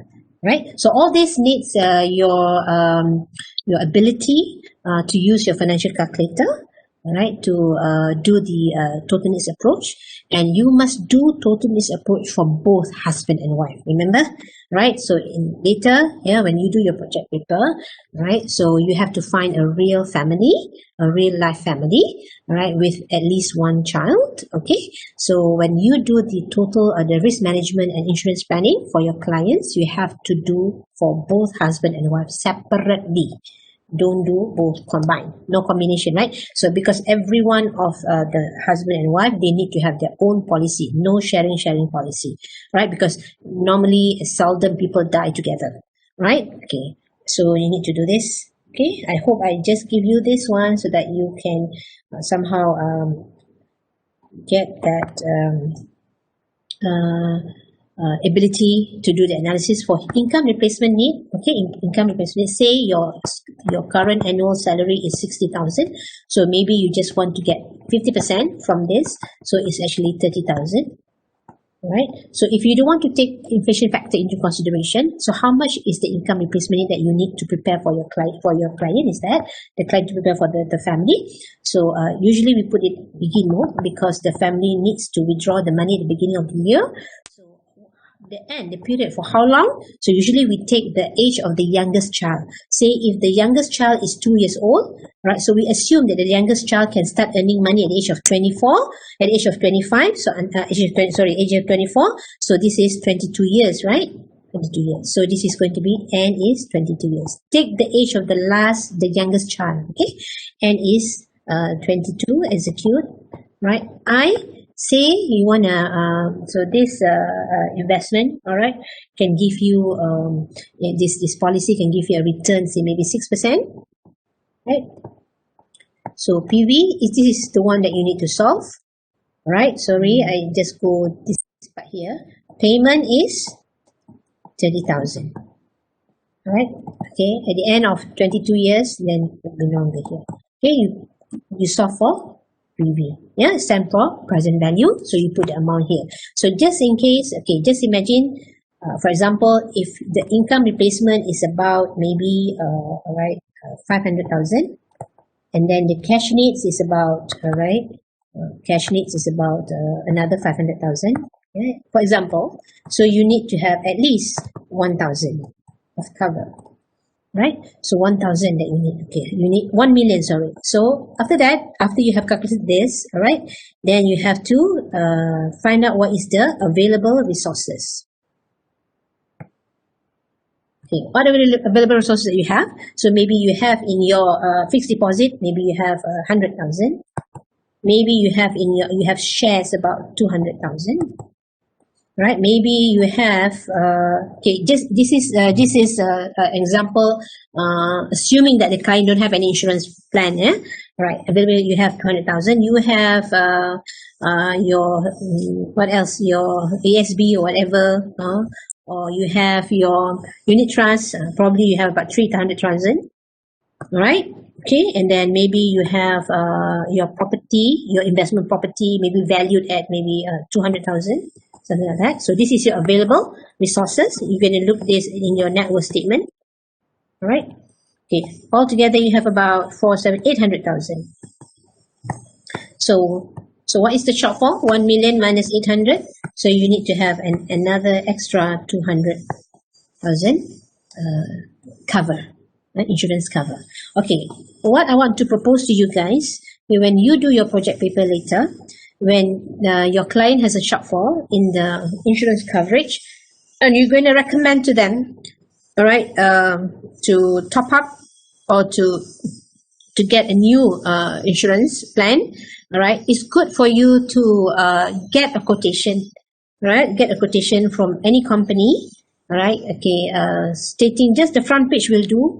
Okay, stating the name of the client, all right, there's some insured, and then what does it cover, all right, for how long, all right, just that page alone is enough, and put it in the appendix, all right, put it in the appendix, so that, you see, if I were to be your client, right, if you propose to me to get a policy of 200,000 cover, I would like to know also from which company, so how much should I need to pay every month, all right, so you already prepared that. So as a good advisor, you must already prepare that for your client, right? So it's good, yeah, in your project paper, ladies and gentlemen, right? So everything that you must be justified. Every recommendation that you make must be justified, all right? Okay, yeah. I want to ask a question. Okay. Ongoing planning, I'm doing with my client. Do we need to do a new one or ongoing one? Is it applicable? Ongoing one, so you have to look at it again, and then just see whether in any areas, maybe if you're doing ongoing, maybe you're doing on retirement, education, on medical, or you're doing on risk management, or you're doing on the debt management or whatnot, investment. So you have to see, refer back to the objectives of your clients, whether is it going towards meeting the goals and objectives of your client or not, right? So then you have to review and monitor again lah. Just sambung, or if you see there are things that maybe the investment is not giving the return that you projected or you expected to have, right? So you might consider, to do another re-asset allocation. Yeah, I understand that. So which means that the project paper can cover, because this client of mine already with me 5 years, 6 years. Okay. So they're doing something like very similar, just that they are not RFP qualified. So, but then the things is we have been doing it. So the another question is there, for this case study, do we need to do specifically certain templates or any free flow templates? No templates. No templates. It's just a write up now. Yeah, so you're gonna have they're gonna give you a construction of financial plan booklet. So you are going to follow the format or our cash flow format, our net worth statement format. But then use that format, and then the others recommendations or whatnot on the areas of financial planning. So we leave it to you. All right. So that means another word is that whatever things that I've done for a couple of years, we can't have many of our clients are already done. So I just pick one of that and then put it as an appendix, and then I just do a new review. Is it okay? You want to use your existing, right? If it meets the requirements, likely, it should be okay, lah. Likely, because I haven't seen the one that the requirement by the. Oh, you haven't seen yet. You haven't seen yet, right? I haven't seen it, so that's why I have some certain templates. Whether it's because you want to transfer the figures, so sometimes it's messy, right? The templates that you have, templates for what? For what? I mean the templates for net worth, all this. Okay, don't use that. Don't use that. You have to use the MMPC's format. That's what happened to these people who's they are doing their own before this, right? So they use their own templates. No, don't use their own templates. You have so that means you have to transfer the figures again. Exactly. Redo again. Exactly. Yeah, reduce anything. Okay, do follow, because you have points for that. You know that the presentation of your project paper, it carries 20 marks. 20 marks. 20 Presentation means means your presentation. the cover page, the table of contents, the appendix. You see the I see. font, It's the not that font, we the present, it paper. means the flow of it, the Yeah, flow the of the flow, material. okay, nicely, because you see, people pay you thousands of ringgit, right? And then you just give them one teruk punya apa tu, not nice also, right? So try to score on the 20 points, because your passing mark will be 60, right? So try to get that 20 points, right? On your font, on your paging, on your pagination, on everything, all right? On your goals and objectives. Okay, remember, on your goals and objectives, right? Please make sure that you put the estimated cost there. Right, you know, like when you do financial planning, right, and I guess all of you know, right, you have to be like smart, right? You know what is smart, right? I think everybody know, must be specific, right? And then must be measurable, true or not? And then achievable, right? And then realistic, right? And then got time frame. Okay, time frame, make sure your goals and objective, right? You must have your short term, less than 3 years, medium, 3 to 7 years, long term, 7 years and above. All right. So you follow that, and then you follow, you know, whatever your plans in your, that must follow the goals and objective of your client. Because the reason we are doing this financial planning is to help our client to achieve their goals and objectives. True or not? Okay. Right? So it means the template and also the guide is given to us, lah. Going to be given to you. Okay. Yeah, Thank you. given to you. I follow that. Okay, yeah. Thank you. So okay, no problem. So likewise, okay, here in your book here, all right, you can read through for exam purposes, all right. But in your project paper, nanti you akan dapat case study lah. Yeah, nanti bila on day 5 and day 6, when you do the application, so they normally they're going to give you the case study. So you're going to try to do it in the class normally, but maybe now virtual, you try to do it lah. But then must follow the requirements, must follow closely the requirements, okay, so that you can score, that you can pass easily, right? So I guess most of you guys, most of my students who's practitioners, normally majority pass, high percentage of you pass the exam, because you already have some ideas, like maybe have done some advice, you have done, even though you don't have the license yet, but you already practice. You're already practicing it, true or not? You're already practicing it. Okay? Right. And then, okay, insurance analysis. Okay, we also have some business insurance solutions. Okay, like business also the same thing, right? Business owners, right? They still need to do planning, under 3 conditions for 3 situations. Even though they are not under employment, don't have any basic salary or whatnot, because they are businessmen. So they need to do planning. You need to help them to make plans, for this 3 situation. If they die, what happened with the business, and then what are the fund that's going to be prepared for the loved one, the dependents, right? Because business owners normally, right, whatever money they get from the business, they roll as their capital, right? And then they normally they don't really contribute to EPF.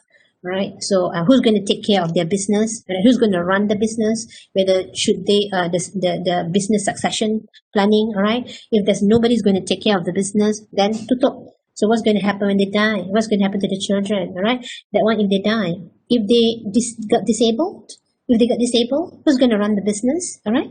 If no children interested to run the business, itu kalau business yang biasa, kalau business a professional business, nobody in the family is a doctor, no family in the family is a lawyer, no family is an accountant, right? Who's going to run the business? Close. And then a disability. So what's going to happen to that person itself? Then what if dread disease? Right? You might not be able, to perform. You might not be able to run the business anymore. So that's why insurance come in. Insurance will come in, definitely. For business owners and also for individual who's under employment. Okay, that's what it says here. So they are not excluded. They are not excluded, from being advised on how to protect themselves through insurance and risk transfer. Right, all the identification of risk exposure applies to them as well. Right, exposed to property risk, liability risk, as well as personal risk. Right, it applies to individual who's under employment as well as business owners. Okay. Life insurance policies, Okay, here, okay, this is your part. You know, you can just read through chapter 4. What kind of life you have? Term insurance, you have renewable term insurance, you have whole life insurance. You can read that on your own, right? Can you read on your own? Okay, for example, purpose, you just on your own, right? You all of you should be okay. And then endowment insurance, all right? Investment link insurance, single premium insurance, all right? And then in investment link is very very flexible. We have switching, we have investment holiday, contribution holiday, premium holiday, whatnot, all right? And then the methods of and then how to determine the life insurance covered. We have the human life value method, you have the needs analysis method just now, and you also can do your calculation, you know, depending on two types of approach is capital liquidation, capital conservation. Capital liquidation, capital conservation is closely related to retirement planning. All right, so you're going to see that in day 5 and day 6. All right, and then what does it mean by capital liquidation? Capital liquidation just means that you're going to prepare an amount of money that's going to be used up by your dependents when you're no longer around, and at the end of, say, just now, at the end of the 22nd year, so there won't be any more left in the account. But capital conservation means you are conserving the whatever you left for your children dependents. They only take the returns from that assets, right? That one applies to this T20 lah, orang yang banyak duit lah, a lot of fund, a lot of properties and whatnot. They can apply for the capital conservation because they are not going to liquidate the properties. They're going to conserve the properties. The dependents will only take out the returns from the particular wealth investment, right? So the wealth is still preserved. Okay, what it means that you can read that as well. We have APR, okay. All right, so tell you what, it's 3:30 now. Probably we can take about 10 minutes break. Is it okay with you guys? Right? Okay. All right. Thank you. So I'll see you back around 3:40. Okay. I also like to use my reaction. All right. Okay. Okay. Alright guys, thank you. Good to see you guys, thank you.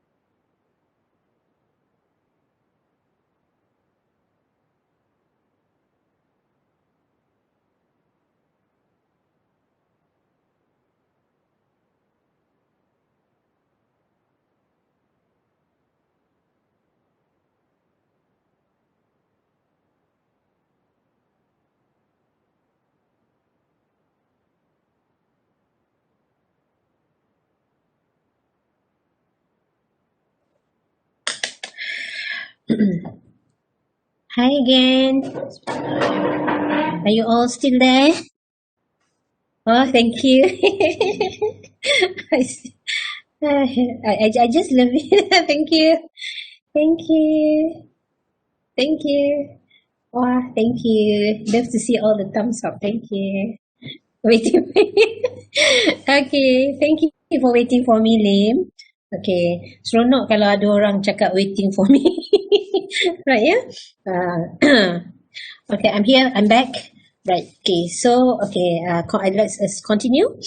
Okay, right, we're going to finish about 5 today, right? Okay, normally we cannot use too long because I punya computer affected by is flickering, and then when I write in my whiteboard suddenly tak boleh write because and then I contacted the provider. They say that Webex use a lot of CPU.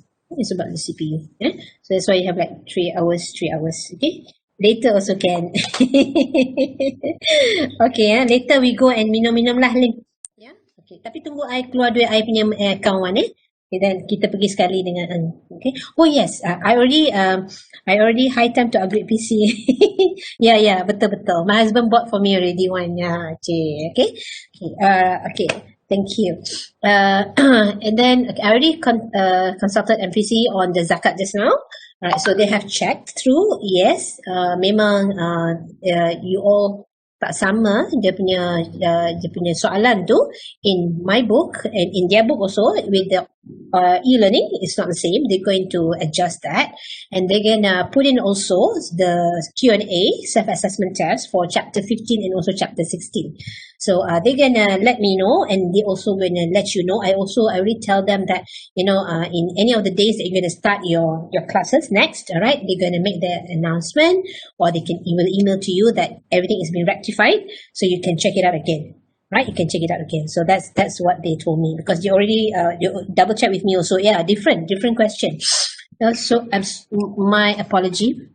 All these confusions that happened, for the zakat topic just now, right?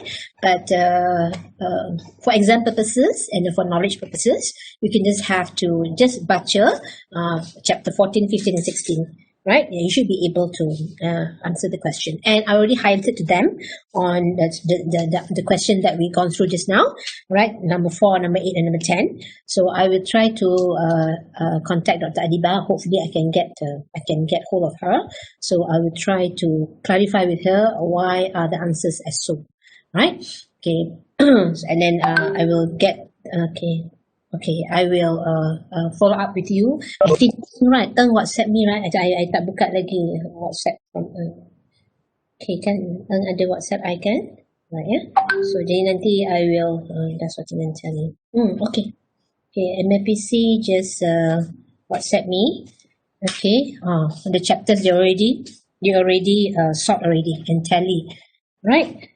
Dengan assessment. Okay, you can check it out later after we finish. You can just go through, right? Whether is it on tally or not, and let MPC know, right? Or let me know. Okay, kalau tak tally lagi. Okay, guys. Okay, now back to our topic on insurance, right? So our clients need to be. Some of them said. I don't want, normally when I go and talk to them about insurance, the importance of having insurance and also takaful. So sometimes I ask them, okay, why aren't you having any policies, right? Why aren't you having any, right? So they say, because I heard that in order for you to do a claim, right, you have to do a postmortem. So I asked that particular person, why postmortem? I don't know. They say do postmortem. That's all. Story tak cukup Awal story tak ada, belakang story pun tak ada. Tahu do postmortem only. Right, yeah? So do you know when do we have to do postmortem? For what purposes? For what purposes that we need to present to the insurance company the postmortem report? For what? Anyone? Have you unknown death? For what? For what purposes? Unknown death? Yeah, yes, true. When you do postmortem, you want to know the cause of death, right? COD, right? Cause of death, right? Why? Because this is what happened to me when I did a claim for my late father-in-law. Right? So my late father-in-law was murdered when somebody break in the house. So I need to claim, for his insurance with Great Eastern at that time. So when I went there, they said they wanted to have the post-mortem report. And then it's kind of difficult to, extract the postmortem report from the hospital. They need a lot of procedures, right? But my late father-in-law cases memang kena buat postmortem because it's a crime, right? So but then I couldn't take it out because they need only the person who can take out the postmortem report will be the wife, and the wife has to prove that it is the wife, kena ada sijil marriage certificate. And my mother-in-law has been married to my late father-in-law for many years. Dia pun tak ingat where she put the marriage certificate, you see. And then so luckily my sister did a paper cutting on the incident that happened to my late father-in-law, right? So what I did is that I take that paper cutting and I just present it to Great Eastern, right? And then they approved, right? Because it's sufficient enough, you see, to let them know that the death is due to accidental death. All right. So this is what the answer to my question is now. Why is it that you need to present a post-mortem report? Is to claim for accidental death, right? Sometimes you see, like when you take PA, right, personal accident, right, and then you if you die due to accident, we have an extra more some true or not. 2 times. So you need to prove to the insurance company that this death is due to accident. So when I went to Great Eastern that time, so I told them it's quite difficult for us to take out the postmortem report. So what they told me is that, okay, Zalina, if it's difficult for you to extract the postmortem report, so you just need to not claim for the accidental death. Just claim for the natural death. Alright, so but luckily I showed them I have this paper cutting. Oh, okay, that's sufficient enough. Yeah, you can claim for the accidental death. Okay, guys. Alright, so this is something that you need to clarify or explain to your client, because most people, this is the availability bias. This is what I mean, availability bias. So people don't want to take it because you see, like they say that you need to do all the postmortem things and whatnot. Okay, I just also got one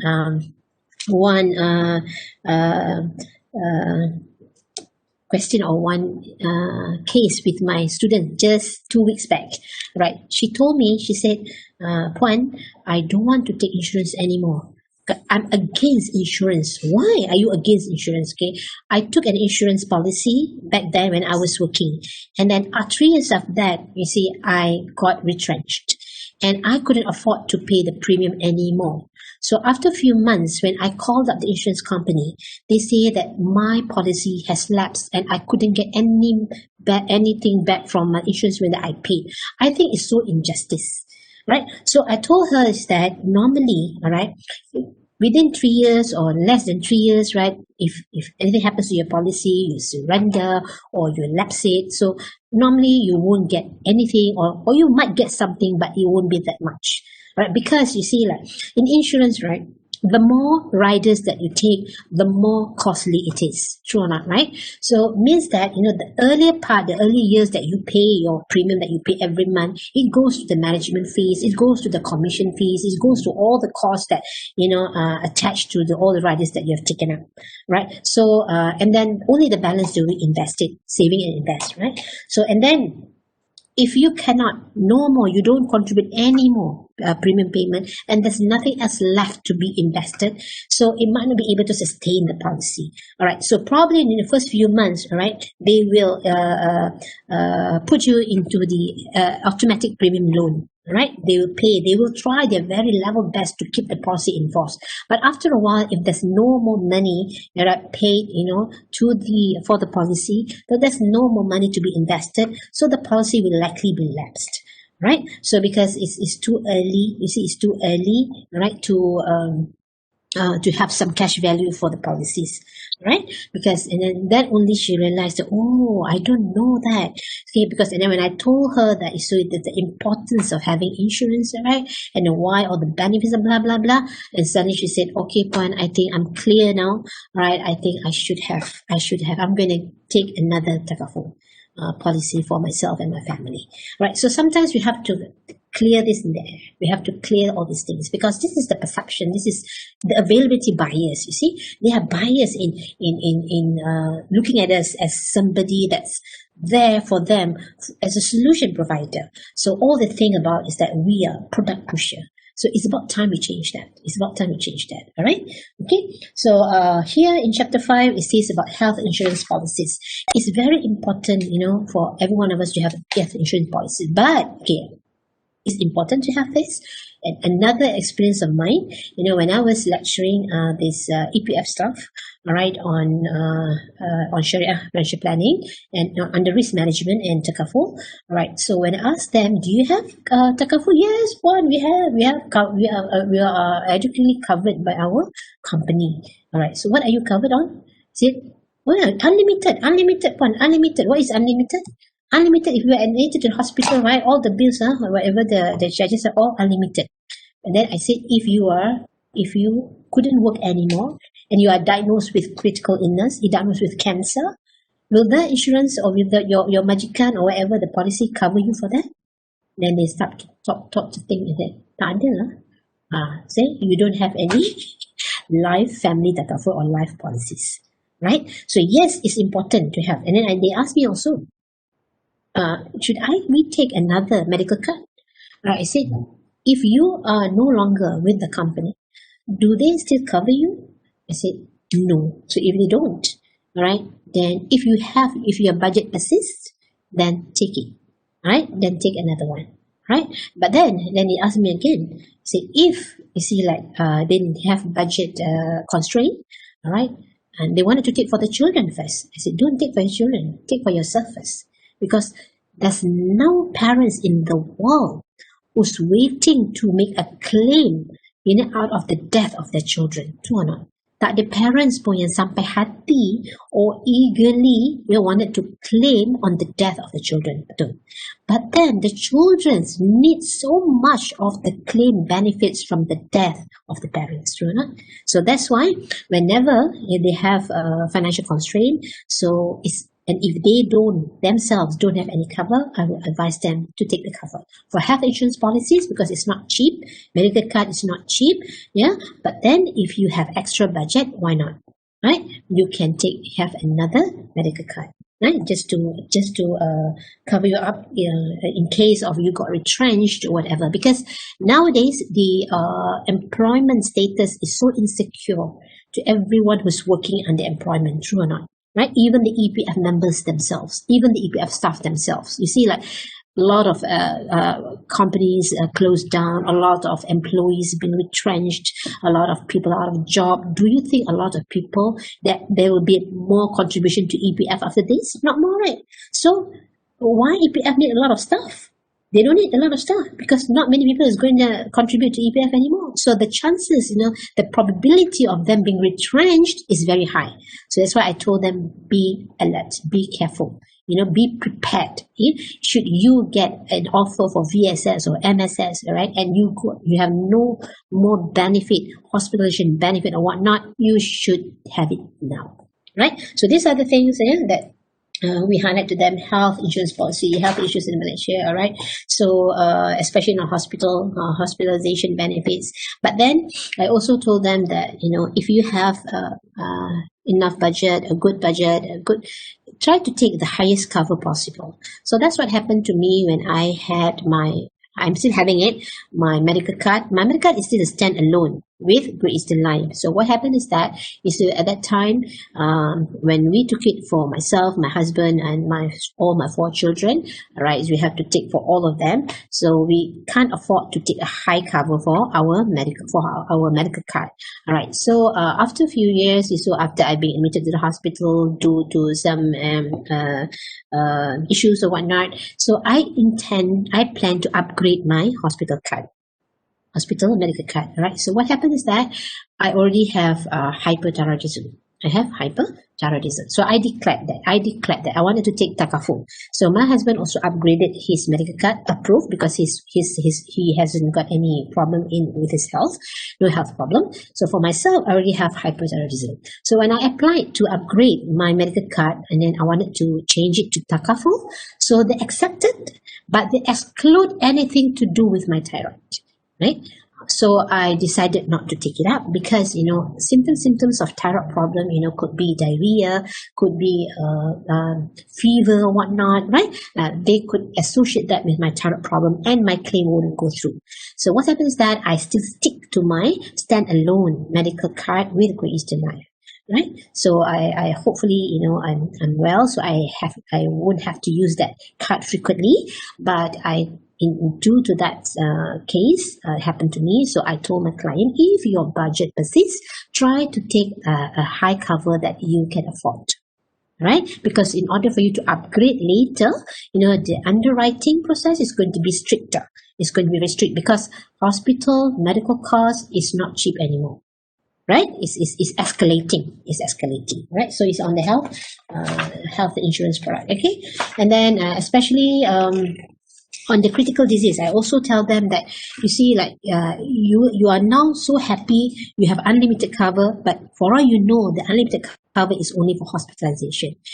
You don't have any cover for CI, critical disease. So you should be considering to have that cover for CI, dread disease, right? So I told them that, and you should have also have consideration, you see, to have cover against disability and whatnot, right? So this is all on health insurance policy, right? On disability, dread disease, and right? Okay, all right. Now look at. Okay, now in your chapter 6 is about annuities. Okay, I just like to ask you, since you all are from the insurance industry, right? Do you have in your company, do you have any products on annuity? Your company? No, tak ada ya? Annuity ni is a good planning actually for retirement. Right? Okay, no, you don't have, right? So because in retirement planning, right? So like nowadays that you have PRS, right?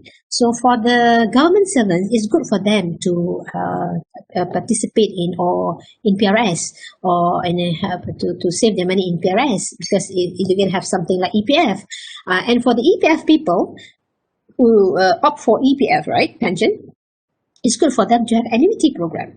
Right? It's going to be like they're going to receive an amount of money, regular amount of money at a regular interval time, right? Just like pension. But I guess there's none, right? So I told them that tak ada lah. But normally annuity ni, they will be marketed by the life insurance, the insurers lah, right? So here several types of annuities: fixed sum versus variable annuity, immediate versus deferred, individual versus group, single payment versus installment annuity, single life and joint life annuity, pure life annuity versus annuity certain. But whatever said, you see there are a lot of types of annuities, but annuities in Malaysia I rasa tak banyak kan. Not many of these are offered in Malaysia. Alright, so but if ada, it's good to take it up. It's good to take up. Right, it's good to take up, right? And then I think you can read that, right? Or for your exam purpose, I think there could be some question on this type of annuities. Yeah, type of annuities here. Right. Okay, it's a very very short chapter on chapter 6. Yeah? It's a very short chapter.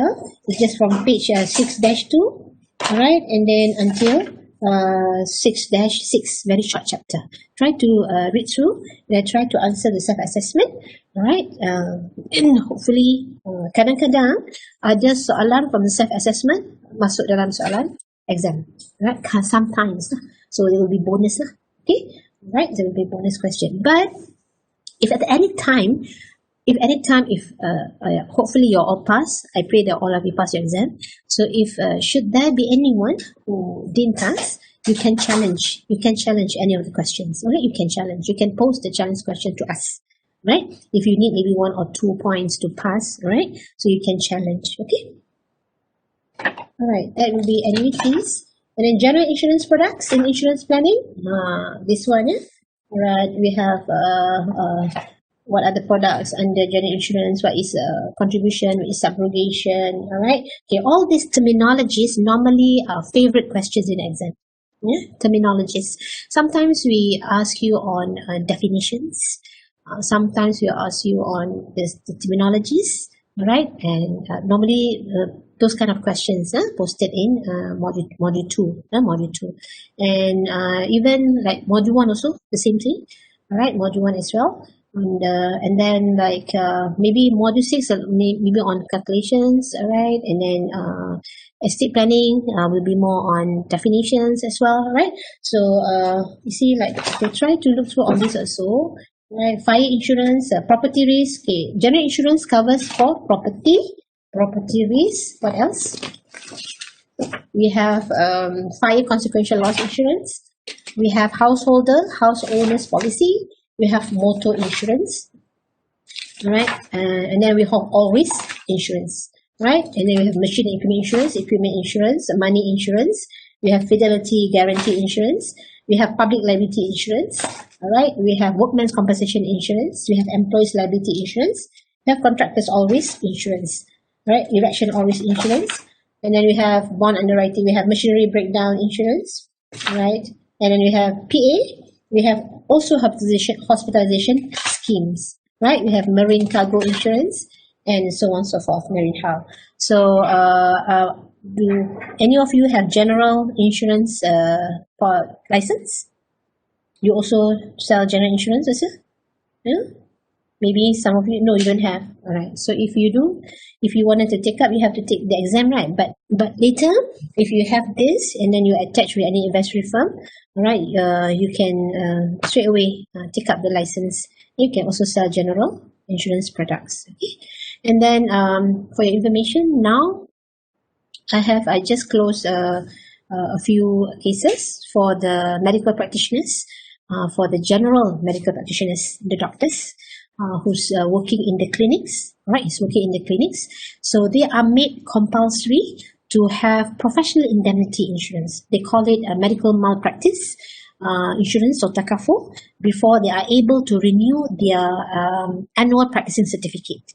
You see, now everything is made compulsory. It's an opportunity for us, you see, for you to market the professional indemnity insurance, right? So keep abreast on what's happening and what are the new regulations or whatnot, all right, so that you can take advantage of that. And especially now after the budget, they say that you can, that I mentioned earlier, you can withdraw from the account too to take up takaful insurance. I think you should tackle on that as well, all right? Okay. Right.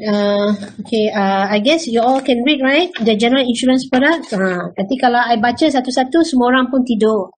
Semua orang tidur. Sangat-sangat nyenyak tidur. Macam ni. I tunjuk ya. Macam ni. Tengok ni. Memang mulut pun nganga. Okay, what is going to say lah. Okay. Tak payah tutup mata. Tutup sendiri je sudah tidur. So, alright. Normally with you guys, I can just okay jalan. Tapi kalau my students yang tak ada financial planning background, right? Not from financial planning industry, we just have to like cerita sikit lah. Yeah, we have to cerita sikit lah. For you guys, I assume that you all are financial practitioners. You have some insurance marketing background, right? But then again, whatever is in the book is actually self-explanatory. Self-explanatory. It's not that difficult. Okay, not difficult to understand. All right. Okay, chapter 8 is about takaful. Okay, takaful, I think I have mentioned to you earlier. Say what is takaful, the concept of takaful. All right. So takaful here, ladies and gentlemen, let me share you. Okay.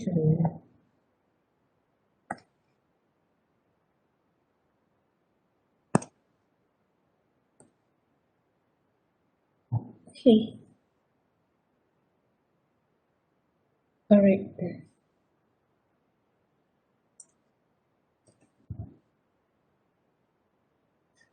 Okay. Okay. Okay, my whiteboard is okay already. Okay. Okay, this is takaful. So imagine this is a pipe. All right. Cantik tak I punya lukisan? The pipe. Ni kepala pipe. Okay. Okay, if we put the filter here, This is the filter.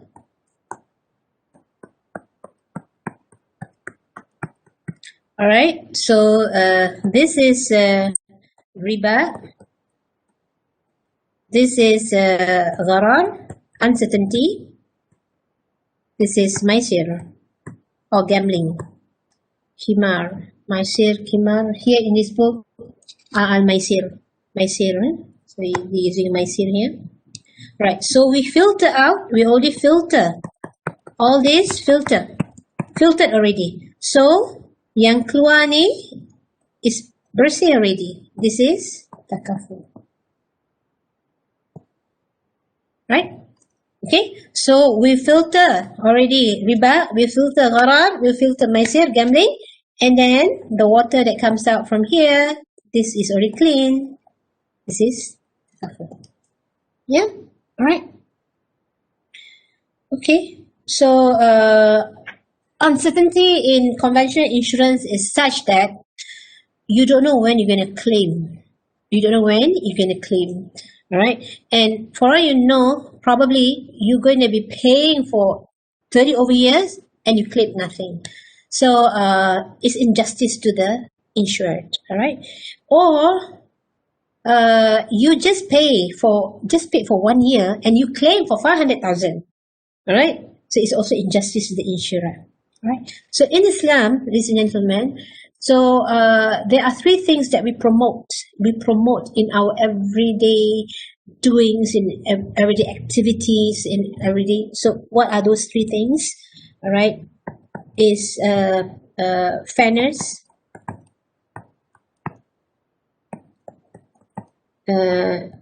quality, and social responsibility. And because why we promote all these things? Because we do not want to create any injustice to anyone. Alright, no injustice to anyone. Right? So that's why you see, but then because we don't know, because if you claim early, injustice to the insurer. If you don't make any claims for the 30 years, so it's injustice to you as well. So how is that Sharia compliant in takaful? Because in takaful also, you don't know when you're going to claim also. Betul tak? So why is it still patuh Sharia? Because the nature of the contract. Okay. In insurance, right? In insurance, alright, you buy and then the insurance company sell. Okay. What happened just now, Ella? Yeah, when you claim early, this is a bilateral contract. It involves 2 parties.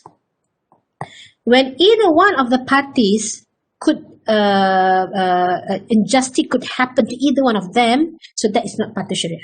Because in Islam, there must not be any injustice done to anyone. We must make sure of that. Alright? So, you see, what type of contract is takaful? Takaful is a unilateral contract. So, you see, like here, Yasimadi here in our class, right? Okay, all of us agree that, okay, all of us here, we are exposed to premature death. True or not? Right? So we agree to that. And then I'm going to say, okay, I'm going to put this much of money, contribute this much of money every month so that I can get a cover of 200,000. Okay, I'm going to, and then the other one person said, okay, I'm going to put this much so that I can get this much of cover. All right, and then you see, everybody put the money into that tabung. And then when you put the money in the tabung, like I've mentioned earlier, there's an akad, there's a pronunciation. You pronounce it as tabaru, as donation. I donate. So if any one of you in the class here, so all of you agree, right? So I can kata Eng or Rachel or Wong or Steven, say if anything happens to any one of you, take the money from the fund. It's already, everybody sedekah, donate, all right, and then actually in takaful, whose money is that? Are you buying anything? You don't buy anything, right? What you do is actually you contribute this sum of money into a pool of fund, into that fund, so that if anyone suffers any loss or whatever, they can take that money from the fund. And you already say, I sedekah.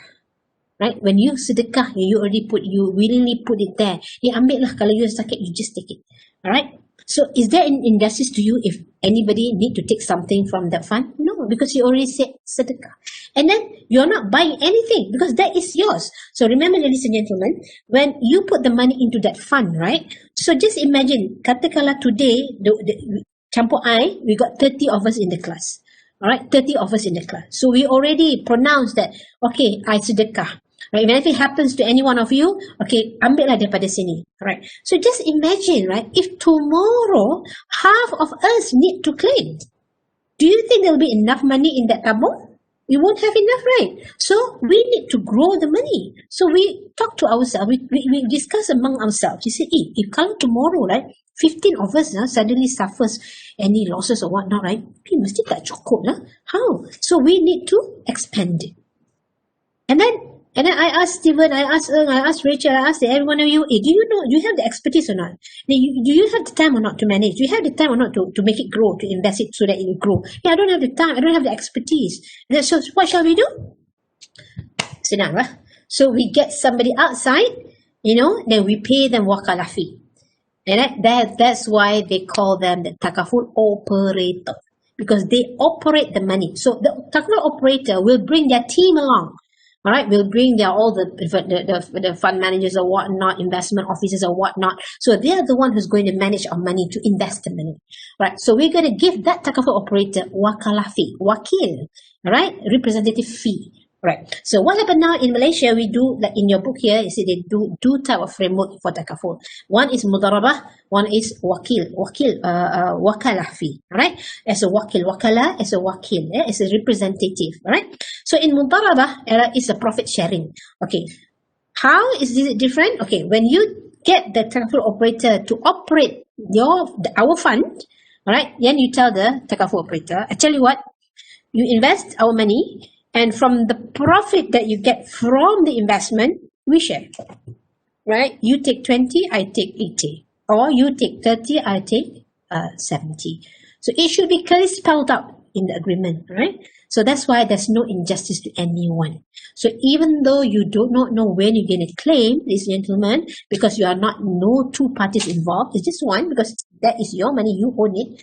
So, right, that's why we called it, you participate in takaful, not you buy takaful. When you buy takaful, you're buying from somebody, right? But this is a scheme that is created by us, right? And there we will pool our money into the fund. Okay, understand? So because of the nature of the contract, it's a unilateral contract, and because of the akad or the pronunciation, because you sedekah, you give charity, so the time when you're going to claim, the uncertain time that you're going to claim, that does not make that takaful non-patuh syariah. It's still patuh syariah because there's no injustice to anyone. Alright guys? Okay, so that is uncertainty taken care of. Okay, maisir is gambling, right? Alright? Okay, it's sometimes, this kind of intention, right? That some people have that, okay lah, I'm not going to disclose. You see, actually I've got some health problem.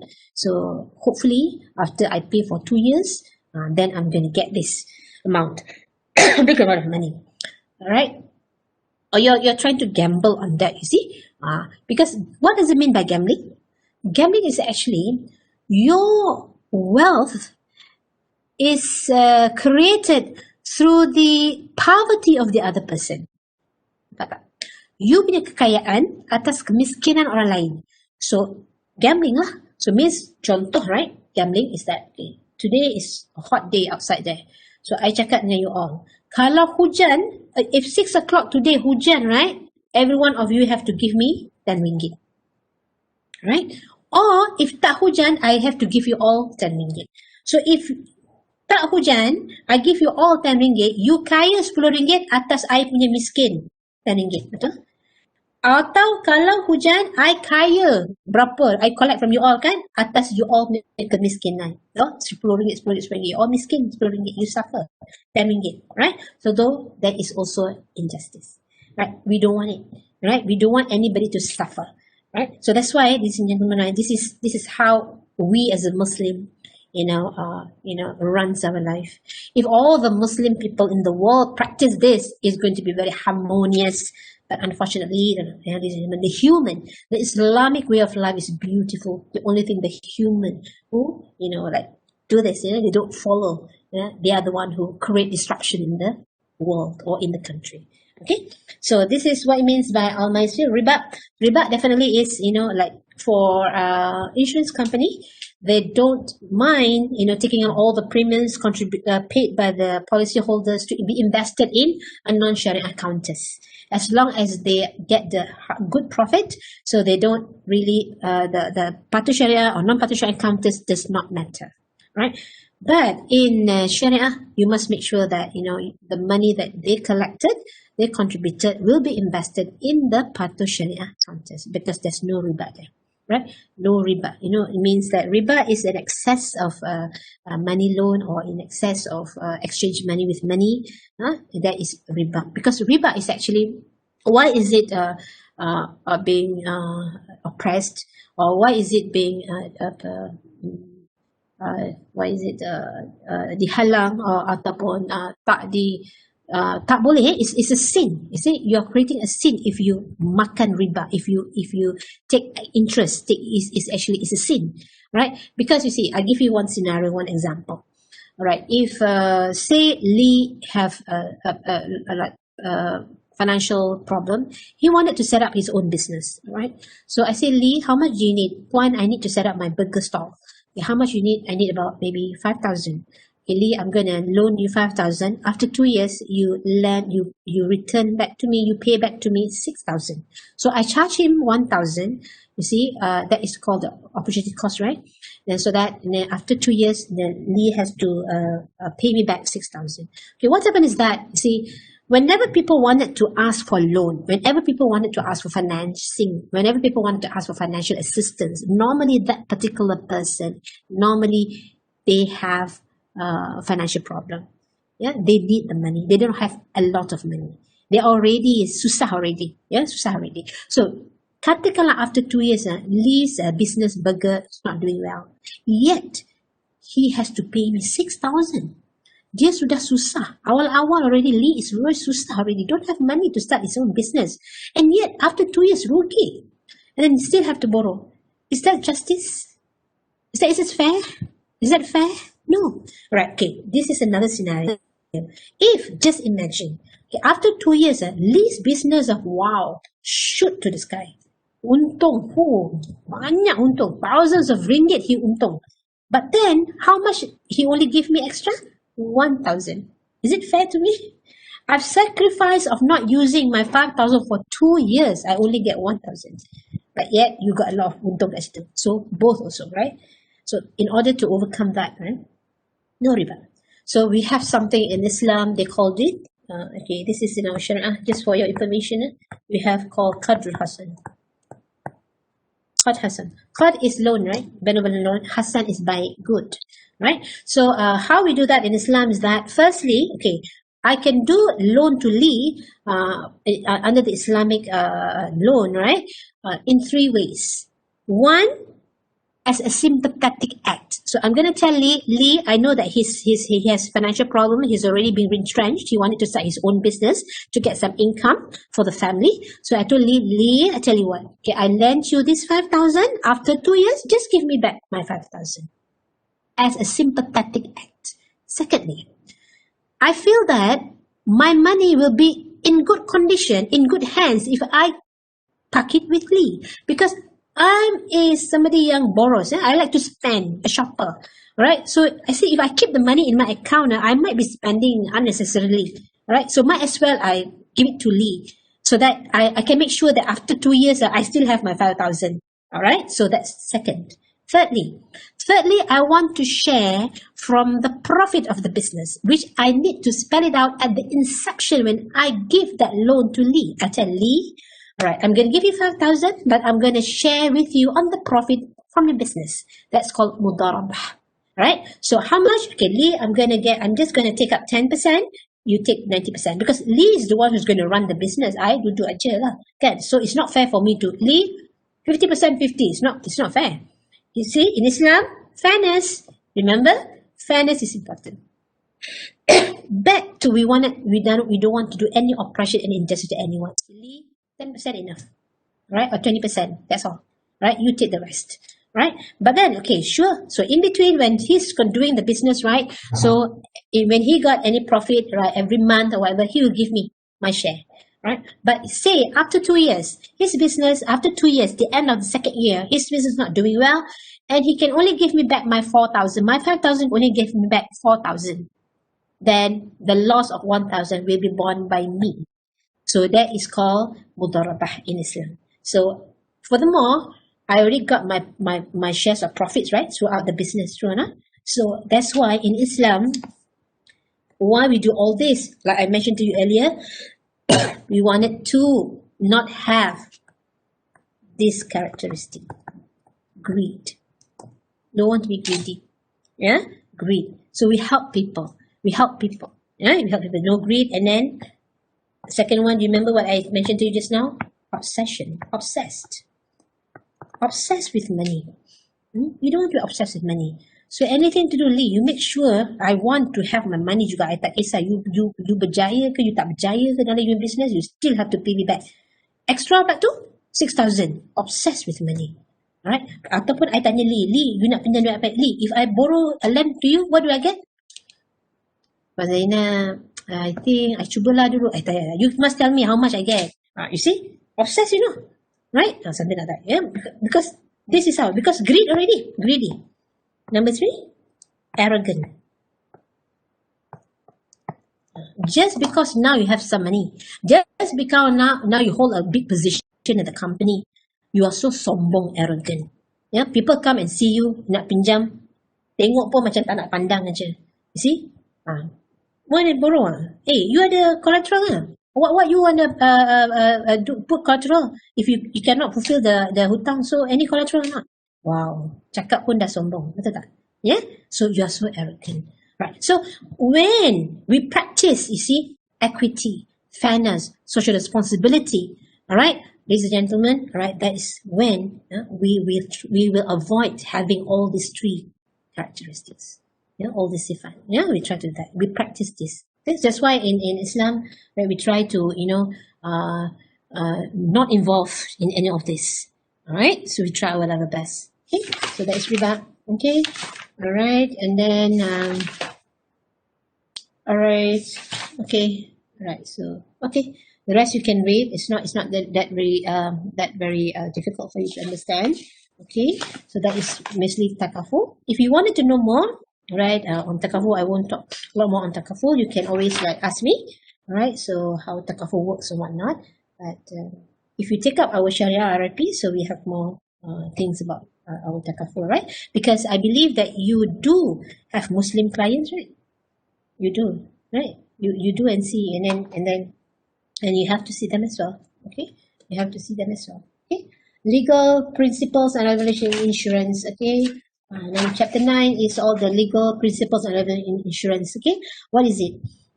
You have and then okay.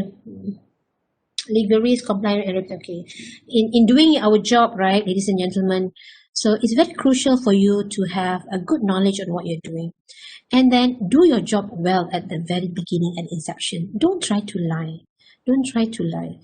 And what happened is that when I during my days, right, I don't know now, right, even when I was teaching my students in ProBSN Takaful, and then some of the clients mentioned to me, said some of the clients asked for them for discounts, asked from them to share the commission. You know, like takaful quotations, if you look at the takaful quotations, it's very, very transparent. In our quotation, right, on the last column of the quotation, will show the commission earned for the 6 years of the client, of the agent, you see. So clients see that already, wow, banyak you dapat, right? So this is what happened to my friend in the ProBSN, and she told me, right, Ina, he said, my client, at that time, you know, like end of the year, agent will like kerja teruk nak meet quota, betul tak? Right? So then the agent, all right, okay, willing to share the commission just to secure the case, right? So this friend of mine said, the client asked her some part of the commission. She said no. She said, I cannot give you. Okay, if you cannot give me, I'll go and take from somebody else. Threatened, my friend. You see why this thing happened?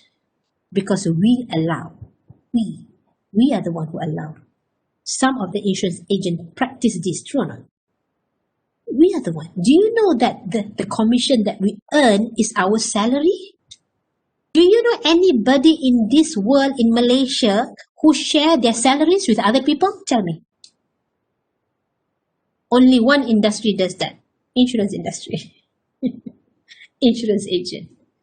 Nobody. You go and ask any teacher or any contractor or any engineer or who works under employment, during end of the month, you go and see them. Encik, boleh share sikit tak you punya salary? You get or not? Nobody is going to share their salary with you, true or not? But that is our salary, we are willing to share it with people. Isn't that irony? That's why people look down on us. They say we can manipulate the agents. They give away their commissions also. We are the one who allow that. Listen, don't do that practice again. Kita dah kena bersihkan. We must uphold our dignity. Alright? So we must tell them, I'm so sorry, I cannot share with you because that is my salary. Nobody can. If I ask you, sir, can you share your salary with me?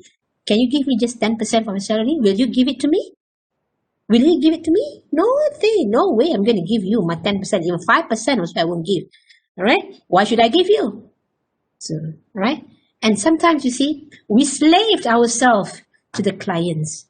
We were pushed here and there. We were asked to pay the premium. We were asked to come today and do it. That's what happened to me also, ladies and gentlemen. I say it's enough. It's about time, ladies and gentlemen, we change that kind of perception, that kind of treatment, given to us as insurance agents, right? So we must make ourselves, needed by the community. How? We do more on advisory. We are no longer product pusher, right? We must change that, right? That you must learn, that's why I'm telling you, it's not really, you see, the passing exam, the qualification that concerns most. You see, and how do you use this in your career? Yeah? How do you make these people, look at you differently, right? So, and then the license makes a difference. If you get the license, but you don't make a difference in your presentation, in the way you're doing, your job, is the same as day one. The same thing, right? So you have to change the way you see people. So hopefully, when you do your project paper later, you can see that, you're thinking in the different direction. You are looking at the interest of your client. You are looking at your financial situation of your client comprehensively. You are trying to think at every angle, creative enough to provide solution to your clients. All right. You must show them that you are knowledgeable. You must show them you are trustworthy. That you must show them your ability. You see, I've read somewhere from a good sharing. One author of a good book wrote this. Said the ability. He said the capacity to learn is a gift. What does it mean? Today you are in this class. You are able to register for Sharia Capstone. Means you have the capacity. You have the fund to register for this class. Some people don't have the fund to even register for the class. Ladies and gentlemen, they have to find money. Where to find the money to register for the class? It's not cheap. Right? But you have. So you have the capacity. The capacity to learn today actually is a gift. And it goes on. And he said, the ability to learn is a skill. If you have the ability to learn, if you have the ability to use your financial calculator well to do the analysis on your client's data and whatnot, it's a skill. It's a skill, ladies and gentlemen, right? You're not only trying to get all this to pass the exam, no. You are trying to get the ability, the skill, so that you can do a good analysis to your client. And it goes on. Said the willingness to learn is a choice. You see? Your willingness to learn is your choice. But to me, I guess you are willing to learn because you're paying this out of your own pocket money, true or not? But for those, who are sponsored by their employers, they are really mind in the class, I tell you. They don't even, appreciate, that employers' contribution in paying the fees for this particular program. But I think for most of you guys here, you pay on your own expenses, true or not? So I hope the willingness to learn, it's your choice. You are willing to learn, right? So you are willing to learn differently. You are willing to learn differently. And the last one, he said, you are free to make your choice, but you are not free from the consequences of your choice. Right, so you can tell your clients that you are free to just depend on me, all right? But then, you are not free from a choice, because why? I might predecease you, So it's better that you be proactive now. You make sure that you know what you're doing. You know what you invest your money in. You know what the protection you have. You must be proactive. It's about time we elevate the financial literacy of our Malaysian people. How to elevate the financial literacy, ladies and gentlemen? It's not only to tell them what's the important thing, it's to get them also the ability to understand what you're doing. Right? So that's why in the project paper is a very good exercise for you to see, comprehensively, how can you approach your client, and how is that you can educate your client for them to be able to calculate on their own. You see, how much should they invest? How much should they need for the children's education? How much should they need to do to perform Hajj or to go for holiday, to upgrade their house, to buy a new car, to buy a new house, to settle their debts or whatnot? They are all concerns of all the interests of the strength or the healthiness of your client's financial situation, right? So it's for you to share with them. And when you go and see them, and then you see you're approaching them in a different way through the advisory level, I think you're going to be different from the others, and you're going to enjoy more. And ladies and gentlemen, what I'm going to tell you, one thing is that, what you have learned for the next 6 days is not the end of your journey to understand what is financial planning all about. It's just the beginning of your journey. There are a lot more things that you need to understand, and there are a lot more things, all right, that you need to, find out to enhance. Even just now, and I asked you about premature death, and none of you can answer me correctly, true or not. So it's something new that you learned today. What does premature death explain about? What is the definition? What does it mean by to die prematurely? All right, so a lot of things, but this is just a trigger, to disturb your mind. Hey, look, I need to know more, right? Because inshallah, you see that a lot of trainings will be conducted by MAPC or any other institutions. Please register. And nowadays, I think there's a blessing in this COVID-19, such that there are a lot of talks, a lot of forums, a lot of seminars done online, and you can easily have access to that. And the price of each of the courses is not expensive anymore. It's cheap, right? So there is no excuse to tell your clients that I don't know, you don't know, I also don't know, and there's no excuse to tell that, hey, is this right? Right? So it's all just in front of you, whether you want it to do or not. Your willingness to learn is your choice, right? Right? Okay, good. Then, okay, the legal aspect, legal risk, that's why you must keep yourself updated, because you might be litigated if you give the wrong advice. Compliance risk, maybe don't, when I was teaching Etika, I said I got this compliance officer, Etika, I forgot which one. And then this compliance officer said there are still agents who take the premium money from their clients for themselves.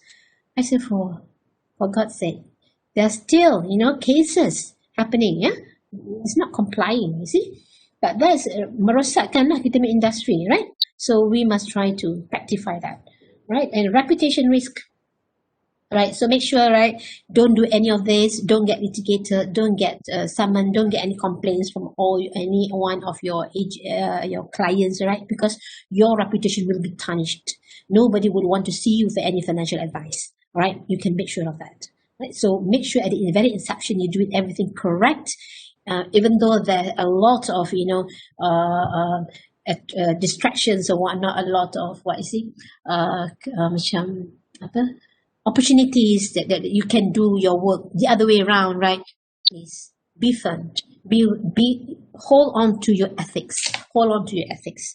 In whatever you do, hold on to your ethics. Be ethical in what you do, right? Okay, the insurance contract. Okay, in the insurance contract, there is an offer and acceptance. Okay, when you offer, when the client offer to purchase the policy, they will write in the policy in the application form. They will offer, themselves, they offer to pay this much of price, and then if the insurance company accept, so all right, it's binding. But if the insurance counter offer the premium, so it's going to be the other way around, all right? Offer and acceptance is going to be a counter offer from the insurance company. Consideration is like if any claims, right? Legal capacity, right? The majority vesting age is 18, but a minor as young as 10, age of 10. But not yet 16, can enter into a contract with the consent of the guardian or the parents, right? Legality of purpose, you take up insurance is because of legal purposes, not because of, here in the book it says that you do drug trafficking, so you have stocks of drugs, illegal drugs in your warehouse or in your whatever, so you try to to protect on the stocks, on the drug stocks that they have, that is illegal. All right. Consensus of ad item, mutual agreement, understanding in the formation of the contract, right? And utmost good faith, you must disclose, yeah, don't tipu-tipu, all right? So actually it's a two-way round also. Some agents wanted to make sure that, you see, that cepat-cepat, like maybe end of the year, not try to get the cases enforced. So what they do is they are the one who fill up the form, and they are the one who answer the question for the clients without having to wait for the client to answer. Such example, do you have any problem in blah, blah, blah, that you have hearing problem or not? Do you have any pain, chest pain or whatnot? Yeah, you could say no, right? You don't have this, right? You okay, right? You healthy, right? No, right? No, okay. The client pun tengah-tengah like tak sempat nak jawab. Okay lah. It's already like okay, tak ada. Padahal got something lah, wanted to. Okay, you fine. Okay, fine. Alright, submit lah. Alright. Okay. Or the client itself, not sangat the cover. Dia tahu if they disclose that some problem health, they might not get the policy enforced, right? Because I'm okay, I'm healthy. Are you sure? Yes, I'm sure I'm healthy. Okay, just put that in. I know, I'm mentioned, blah, blah, blah, blah, right? So two ways. Okay, so the time will come, you see, the ultimate recognition of any insurance company is during claim, right? Okay, you sangat baik sangat. Katakanlah Lee is my agent, right? I cakap dengan Lai, Lee ni macam agent sangat baik, very good, sangat baik, service very good. Okay, tiba-tiba after few years I make a claim, tiba-tiba my claim tak approve. Do you think I will speak good things about Lee also? I think the company are very bad one. Lupa langsung pasal Lee, lupa. Right? So normally that's why when we do our prospecting, when we do our presentation, we must have at the back of our mind, so that when claim time comes, there won't be any problem. Right? So we want to make sure of that, because that is the determination of a good insurance company and a good insurance agent. Don't forget about you. Not many clients will say thank you to you when things go well, but a lot of clients will just punish you, will just call you if anything goes bad. True or not? Right? So this, to protect ourselves, make sure you gaduh sekarang pun tak apa, gaduh lah, jangan gaduh kemudian, because our product is not perfect. No perfect. You see, you think your medical card can give everything. Bila klien kata ni tak boleh ke, ni tak boleh. This one, ini saja. Tell them. Kalau dia tak suka, tak nak, just take it from other people lah. No problem. Betul tak? So you cannot overpromise. Don't overpromise. When you overpromise, that's what happens when claim time comes. Alright? So that is why, you see, this is all the things on the ethical part, on the professional part that you have to tell, because nothing in this world is perfect. Nothing. Right? So you have to tell them, never mind, gaduh sekarang pun tak apa, tak nak pun tak apa, as long as you know. Right? You dah tahu. Yeah? Because I cannot give you a very complete, a perfect plan. Right? That is the insurable interest. Right? Insurable interest. Right? So now, when you wanted to buy insurance, then you must have insurable interest. on that particular person that's being insured. All right, you can buy on the life of your children. You cannot buy on the life of your neighbor's children. Cannot, because you don't have any insurance on that. Right? Okay, and then there are type of contract here that you can read. The unique legal characteristic of insurance contract. They is called the aleatory contract. Okay, this is the type of contracts. Is also popular question in the exam. You see, sometimes my student ask me, Puan, you tell this one popular, this one popular, this one popular. Macam semua aja popular. I kata, yalah, baca semua lah. I kata. So kita baca semua ke? Ya, baca semua lah. So I pun kata, this one popular juga, this one popular juga kan? So moral of the story, I cakap apa? Read lah. So read from in my card. So, type of insurance contract, right? This one also popular question exam. Alright, and then classes of agent. Look at page 9-13, right? Special agent. Ni bukan 007 agent, special agent, general agent, universal agent. Alright, and then authority of an agent. The authority of an agent is by express. This is also popular question exam as well. By express authority, by implied authority, by apparent authority. So what does it mean by that? Express authority is actually authority given to the agent. Alright, implied authority is it says that agent has the implied powers to bind the principal. Alright, and then example like if you do general insurance and then you give to your client the cover note, so it's the implied authority already bind the insurer. The apparent authority is perceived authority, an authority which is not expressly given but which the law regards the agent as possessing, although the principal has not consented to the agent exercising such authority. Right, so there are three types of authority of an agent, but anyhow, don't misrepresent. Don't misrepresent. Okay, don't abuse the authority given to you. Right. Okay, another thing is be careful on not putting in your name card you as a financial planner or financial advisor. If you are caught using that title, boleh kena saman dengan negara. Yeah, because you can put that financial practitioner. You don't put financial planner, don't put financial advisor. Right. Some more, ladies and gentlemen, right? If you put that in your card, you're a financial advisor, you're a financial planner. Suddenly the client asks you, okay, Lai, what do you mean by this? What do you mean by this? Question after another, question after one question after another, one question after another, to the point that, Lai pun tak boleh jawab. Then they kata, are you sure you're a financial planner? Then you get caught already. Okay, because there are a lot of people now duplicated or false the certificates. You see, I have a case that in the clinic, right? So actually, my husband has a clinic. So there's one doctor did locum. You know locum, right? They just come and do like few hours and then get paid. They are not the permanent doctor there. So she's been practicing in that clinic for many months already. So then only then we discovered, that actually she's not a doctor. She forged the annual practice certificate. She got it from another doctor, put her name there. Actually, she's just a staff nurse in the hospital. She's not really a doctor. You see? All right? So make sure, likewise, the same thing, right? If you are not yet a financial planner or licensed financial planner, please don't put that in your card, or a financial advisor. Please don't. People expect more things from you. People expect you to know more. So once you get caught, not able to answer, or not able to display, or not able to do things that they want you to do, then you're going to get caught. Be careful, all right? It's okay to just put their financial practitioner. It's okay to display a good, knowledgeable presentation, a very strong presentation with all the facts that you have. But yet don't have any license yet. It's okay, right? So once you have the license, then it's a plus point to you, right? And the same thing, right? You pandai bawa kereta, Tapi still you have to go to JPJ to get your license, your car driving license, betul tak? But then at least you dah start, practicing bawa kereta, drive sikit kan. And then bila you dapat lesen, senang already.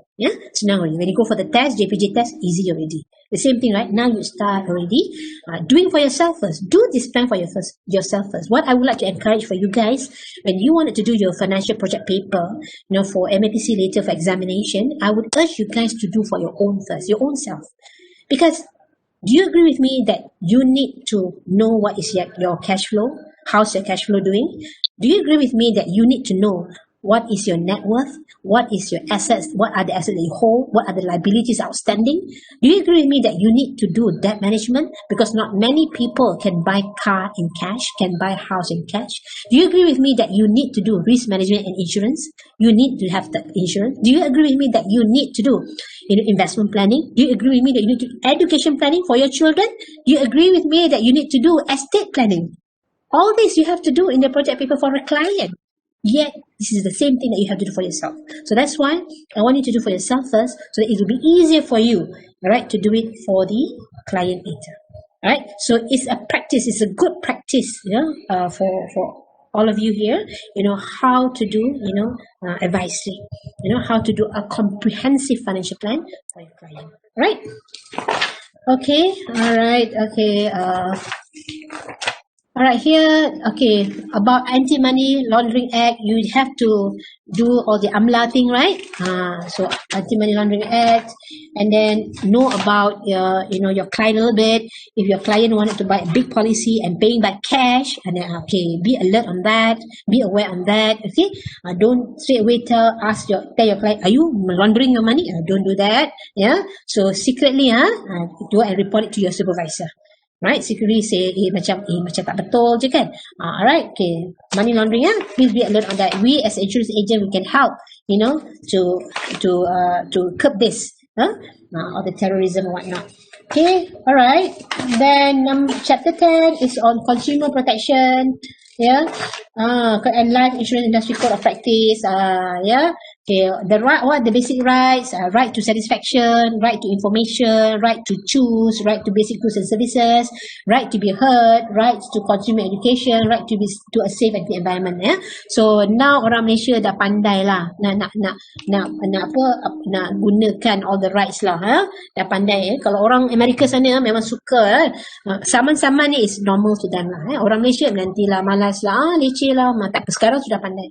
Now pandai already, okay, all these rights, and then of course, ladies and gentlemen, right, and then here guidelines on minimum qualitative criteria for life agency force. Okay, this one you can just read on your own, on the career agent, on the unit sales manager, on the general sales manager, all right, and the contract on agent. This is all some appendix for you to read.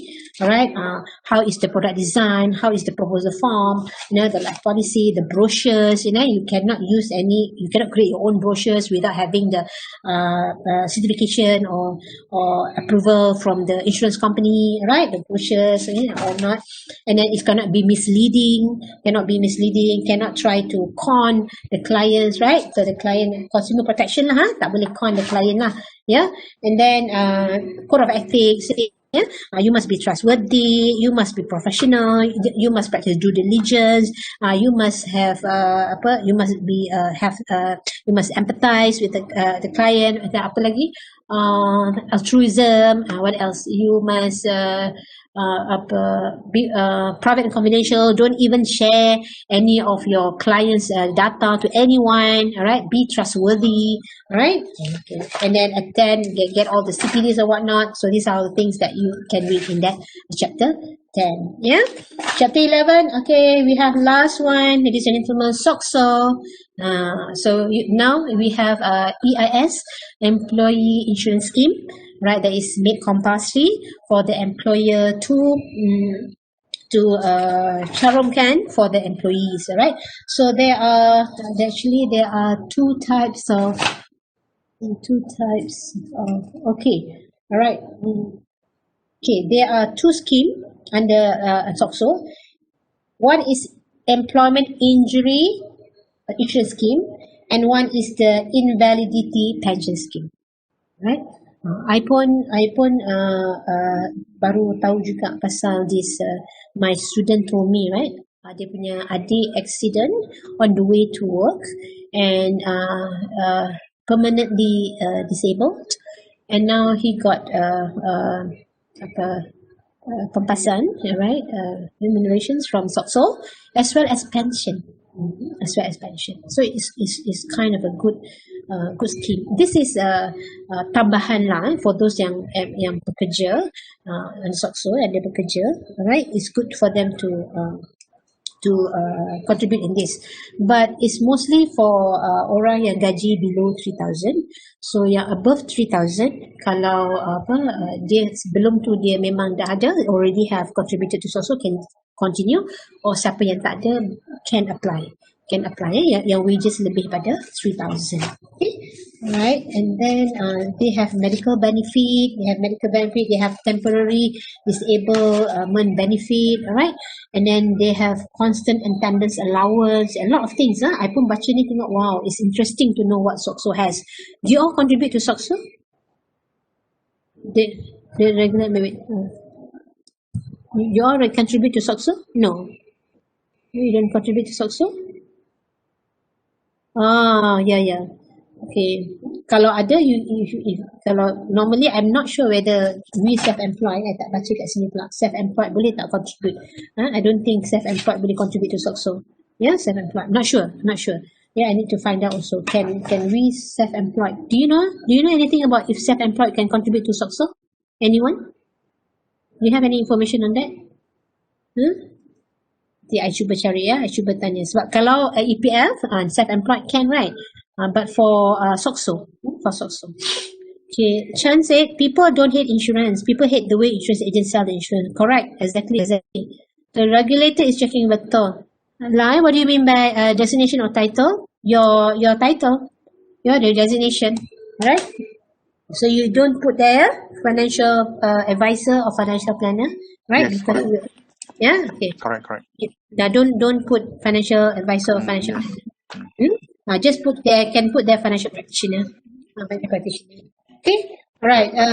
We have also they also give funeral benefit and then rehabilitation benefit. A lot of benefit. I think a lot of benefit here.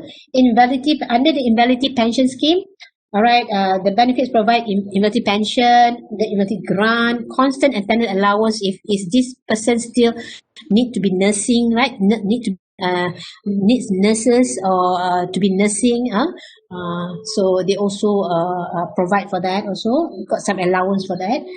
Survivors pension, funeral benefit, rehabilitation, and education loan. Education loan for the children of the employees. Yeah, right. And then there are some conditions, of course. Every insurance, every benefits that are marketed, they are introduced, they are proposed, mesti ada conditions lah. Yeah? Nothing is free in this world, right? Yeah. Everything got a price for that. Everything got a price for that, right? Whether you are entitled for it or not, right? You must fulfill the requirements. Okay. Likewise, so if you want to pass the exam also, you must fulfill the requirements. Okay. All right. Okay. This one you can read on your own about the SOCSO scheme. All right, and then appeals under the SOCSO scheme. So if your claims of your application is not approved, and then you can appeal under under two type of boards. One is the appellate medical board, one is the social security appellate board, right? If your claim is not approved. Okay, all right, so you can also advise your client to take this up. Okay, all right, so that's basically, I think, on your module 2, on your chapters 11 chapters, right? Just on your free time, I think it should be a problem for you to read through. So start reading from now, right? Just lightly. Okay. Do you know that my students always tell me that, Puan, your buku is very good. You don't have any physical book with you, is it? You just going to look? No, tak ada physical book, tapi my student dulu dia kata buku Puan is very good. So why you say it's very good? Puan, do you know that I have insomnia? Do you know insomnia? Cannot sleep at night, right? But yes, last night, Puan, I took your book. I read your book. I only read one paragraph. I can go to sleep. right? So how good the book is, right? One paragraph can sleep, and not even one page. Okay, so just imagine, right? So the power of your book, right? So you can just imagine, ladies and gentlemen, right? You can imagine, right? You need how long you need? Kalau one night, one paragraph tidur, satu chapter berapa lama mau habis? Especially you read all this appendix one, right? Oh, you can easily go to sleep on. Confirm one. Right? So just read it, So what happens is that mana-mana you pergi, wherever you go, alright, okay, this is what I did. My file here? My file very soft file. If you can, right, because you don't have the physical book, it's good for you to download. If you want, you print. So my students, some of them, they do download. So they like to have the physical. They want to feel it in their hands. You see, they want to bring it everywhere. So while waiting for the children, while waiting in the bank, while waiting anywhere else, all right, bring your book along. Don't leave home without it. Don't leave home without your book, okay? So, in order for you to pass the exam. All right. So pro and partnership holder and spouse can contribute into the system, but only cover accident. Okay, thank you, Kwe. Thank you very much for the. So pro and partnership holders and spouse can contribute. Okay, but only cover accident. All right. Okay, thank you. Thank you so much. No pension scheme tak ada lah, I think only cover accident sajalah. Alright, thank you for the info. Alright, cool guys. It's nearly 5 now. So do you have any question? Ada orang kata jangan tanya sebab boleh cepat balik. Jangan tanya please, jangan tanya. Kalau sesiapa, ni I jawabkan untuk you all I jawabkan for you all. You have question just personal WhatsApp Puan Zalina. Now, okay, say no question. Alright, is it so, guys? Alright, so if there's yeah, by right the class will be more cheaper because the material already no longer be given, see? Oh, I don't know. By right. If you look at it, we are doing a printing our own, see? Yeah, betul. So boleh buat reimbursement. I don't know, kalau boleh kita reimburse lah, kita pergi buat photocopy je benda tu. Yeah. You see there are 7 modul kan? 7 modul kena print banyak tu. Satu modul saja. I still remind me, kalau dulu kita ambil RFP1 and 2, buku dia tebal macam ni tau. Ya, betul. Satu inci lebih tau. Betul. So can you imagine ada 7 ni dah berapa dah? Kalau kita pergi photostat pun dah berpuluh ringgit dah. Betul tu. Saya setuju sangat tu. So because by right, the costing, because as far as I understand, some other competitor, that means FPEN they are also doing, so they are bringing down the cost of this course, the cost dah bring down for one reason is about material dah tak payah bagi. Betul juga.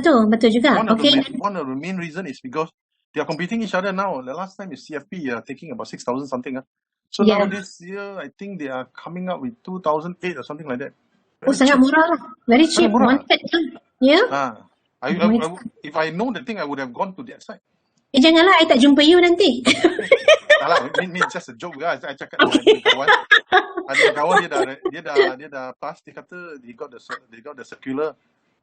Sebab dia ambil about 7,000. So suddenly dia so cheap, So kalau saya tahu, I would be weighing both, is it?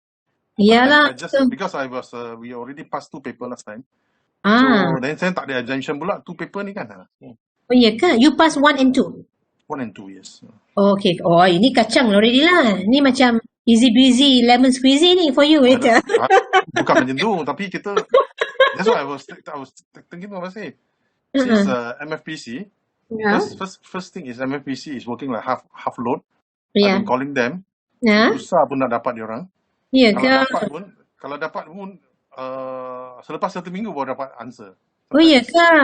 Okay, host tolong dengar dia, host. Hopefully, okay, nanti kena. So I hope the host also don't penalize me lah, sebab saya yang banyak call diorang. Saya call. So many people I call. Tak apa. You jadi representative because kawan-kawan lain pun akan sokong you. Nasib baik ada Mr. Lai kat sini. It's a good thing. That is what the consumer rights, right?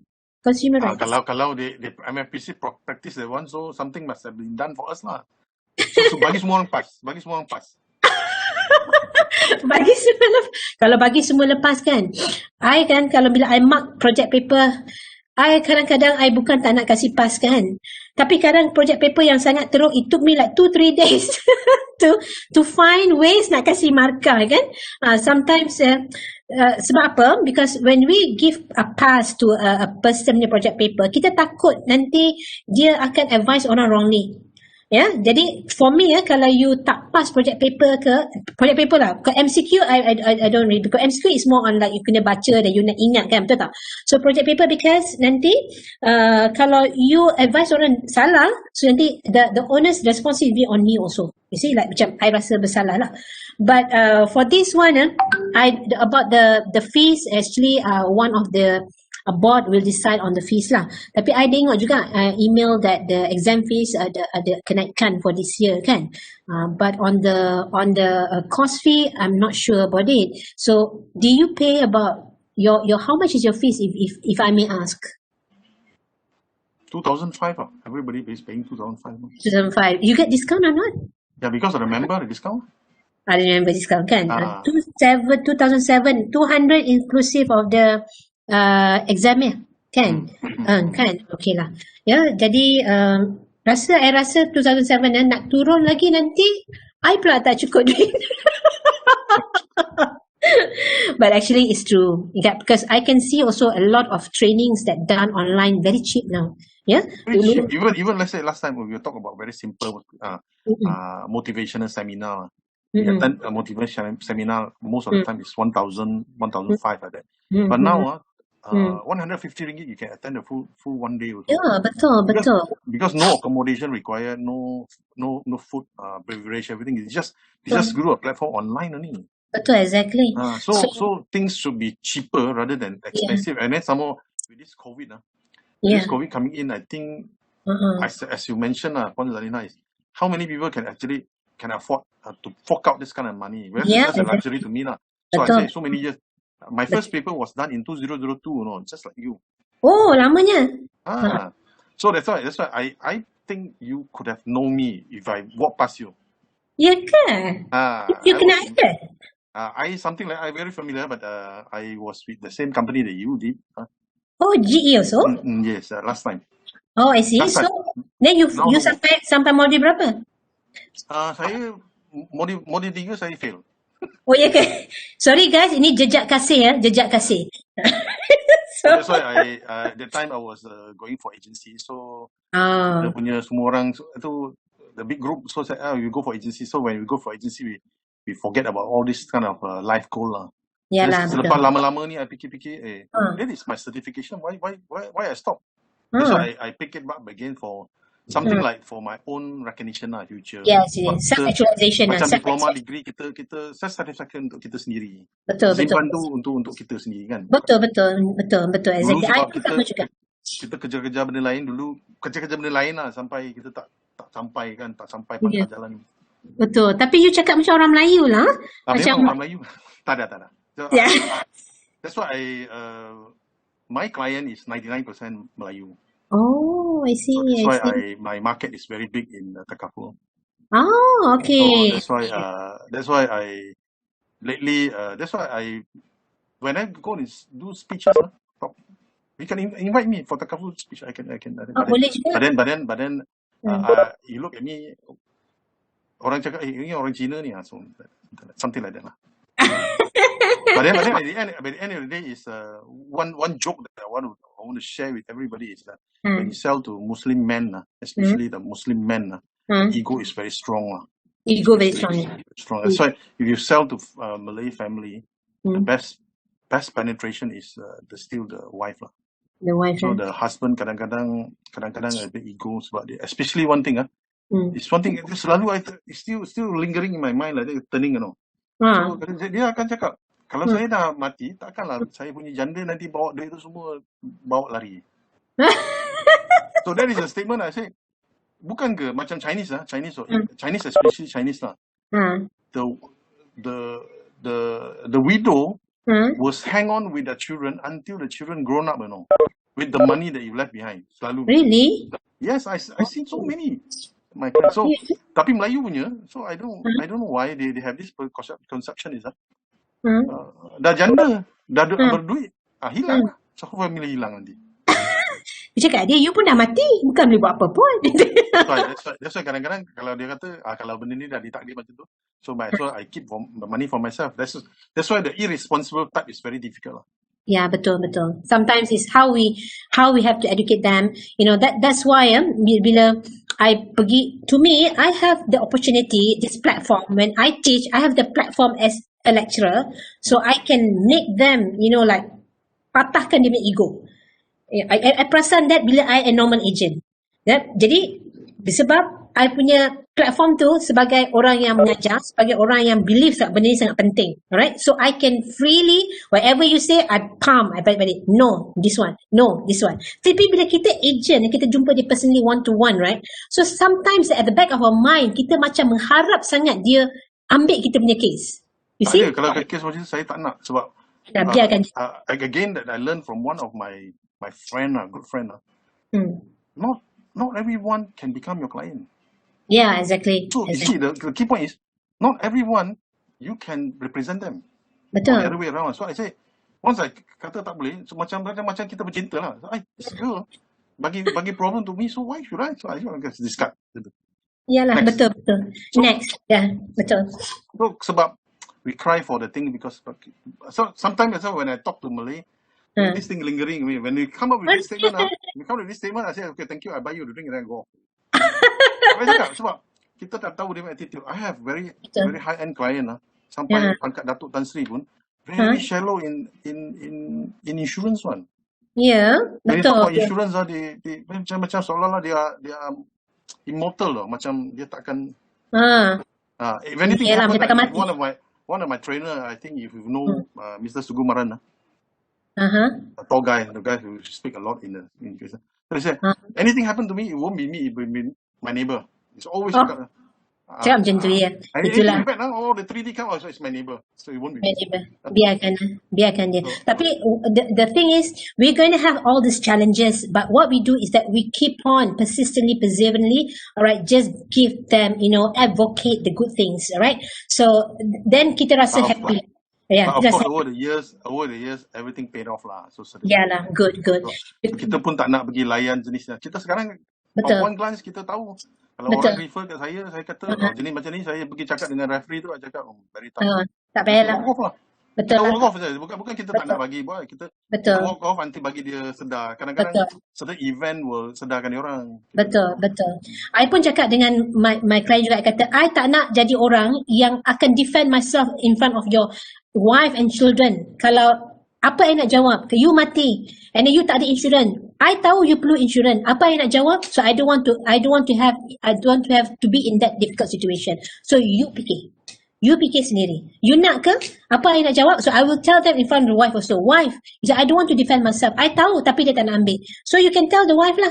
Nanti datang, okay, I akan cakap kalau you tak nak ambil, it's okay. But then if your wife ask me, right, you of all person know so well that the importance of having the protection, yet you don't force my husband to take it. How will you answer? I kata, I sudah cakap. So dia yang tak nak ambil. So you won't hold liable. Because you are an insurance agent. People will question us. People will turn back to us and say, hey, you know. Something like that, right? So we just tell them, okay, sir, I'm so sorry, right? But if your wife should anything happens to you, if your wife something happens to you, if your wife asks me, yeah, lie, you know, you are the person who knows so well, but why didn't you force? I will tell your wife easily. I will tell your wife freely. I already told your husband who decided not to take it up. Habis cerita. Habis. So, they swallow lah sendiri. They swallow lah. Biar dia balik fikir lah. Biar dia tak boleh tidur, buka buku RFP, dia boleh tidur. Alright, so Let's talking to you anyway. So are we expecting you any other module? No. Just this. On this week. So maybe I see you at MFPC one day. Sure. Hope to see you guys all again. Nice meeting you. Okay. Thanks a lot, Tarina. Yeah. So, I send you the message. Then probably you get back to us on those questions. Sure. Then I can able to proceed to the group. Sure, no problem. Thanks a lot. Guys, thank you so much. If you should have any things to ask me, just personal WhatsApp, alright? Yeah. Okay, now you can all go to there.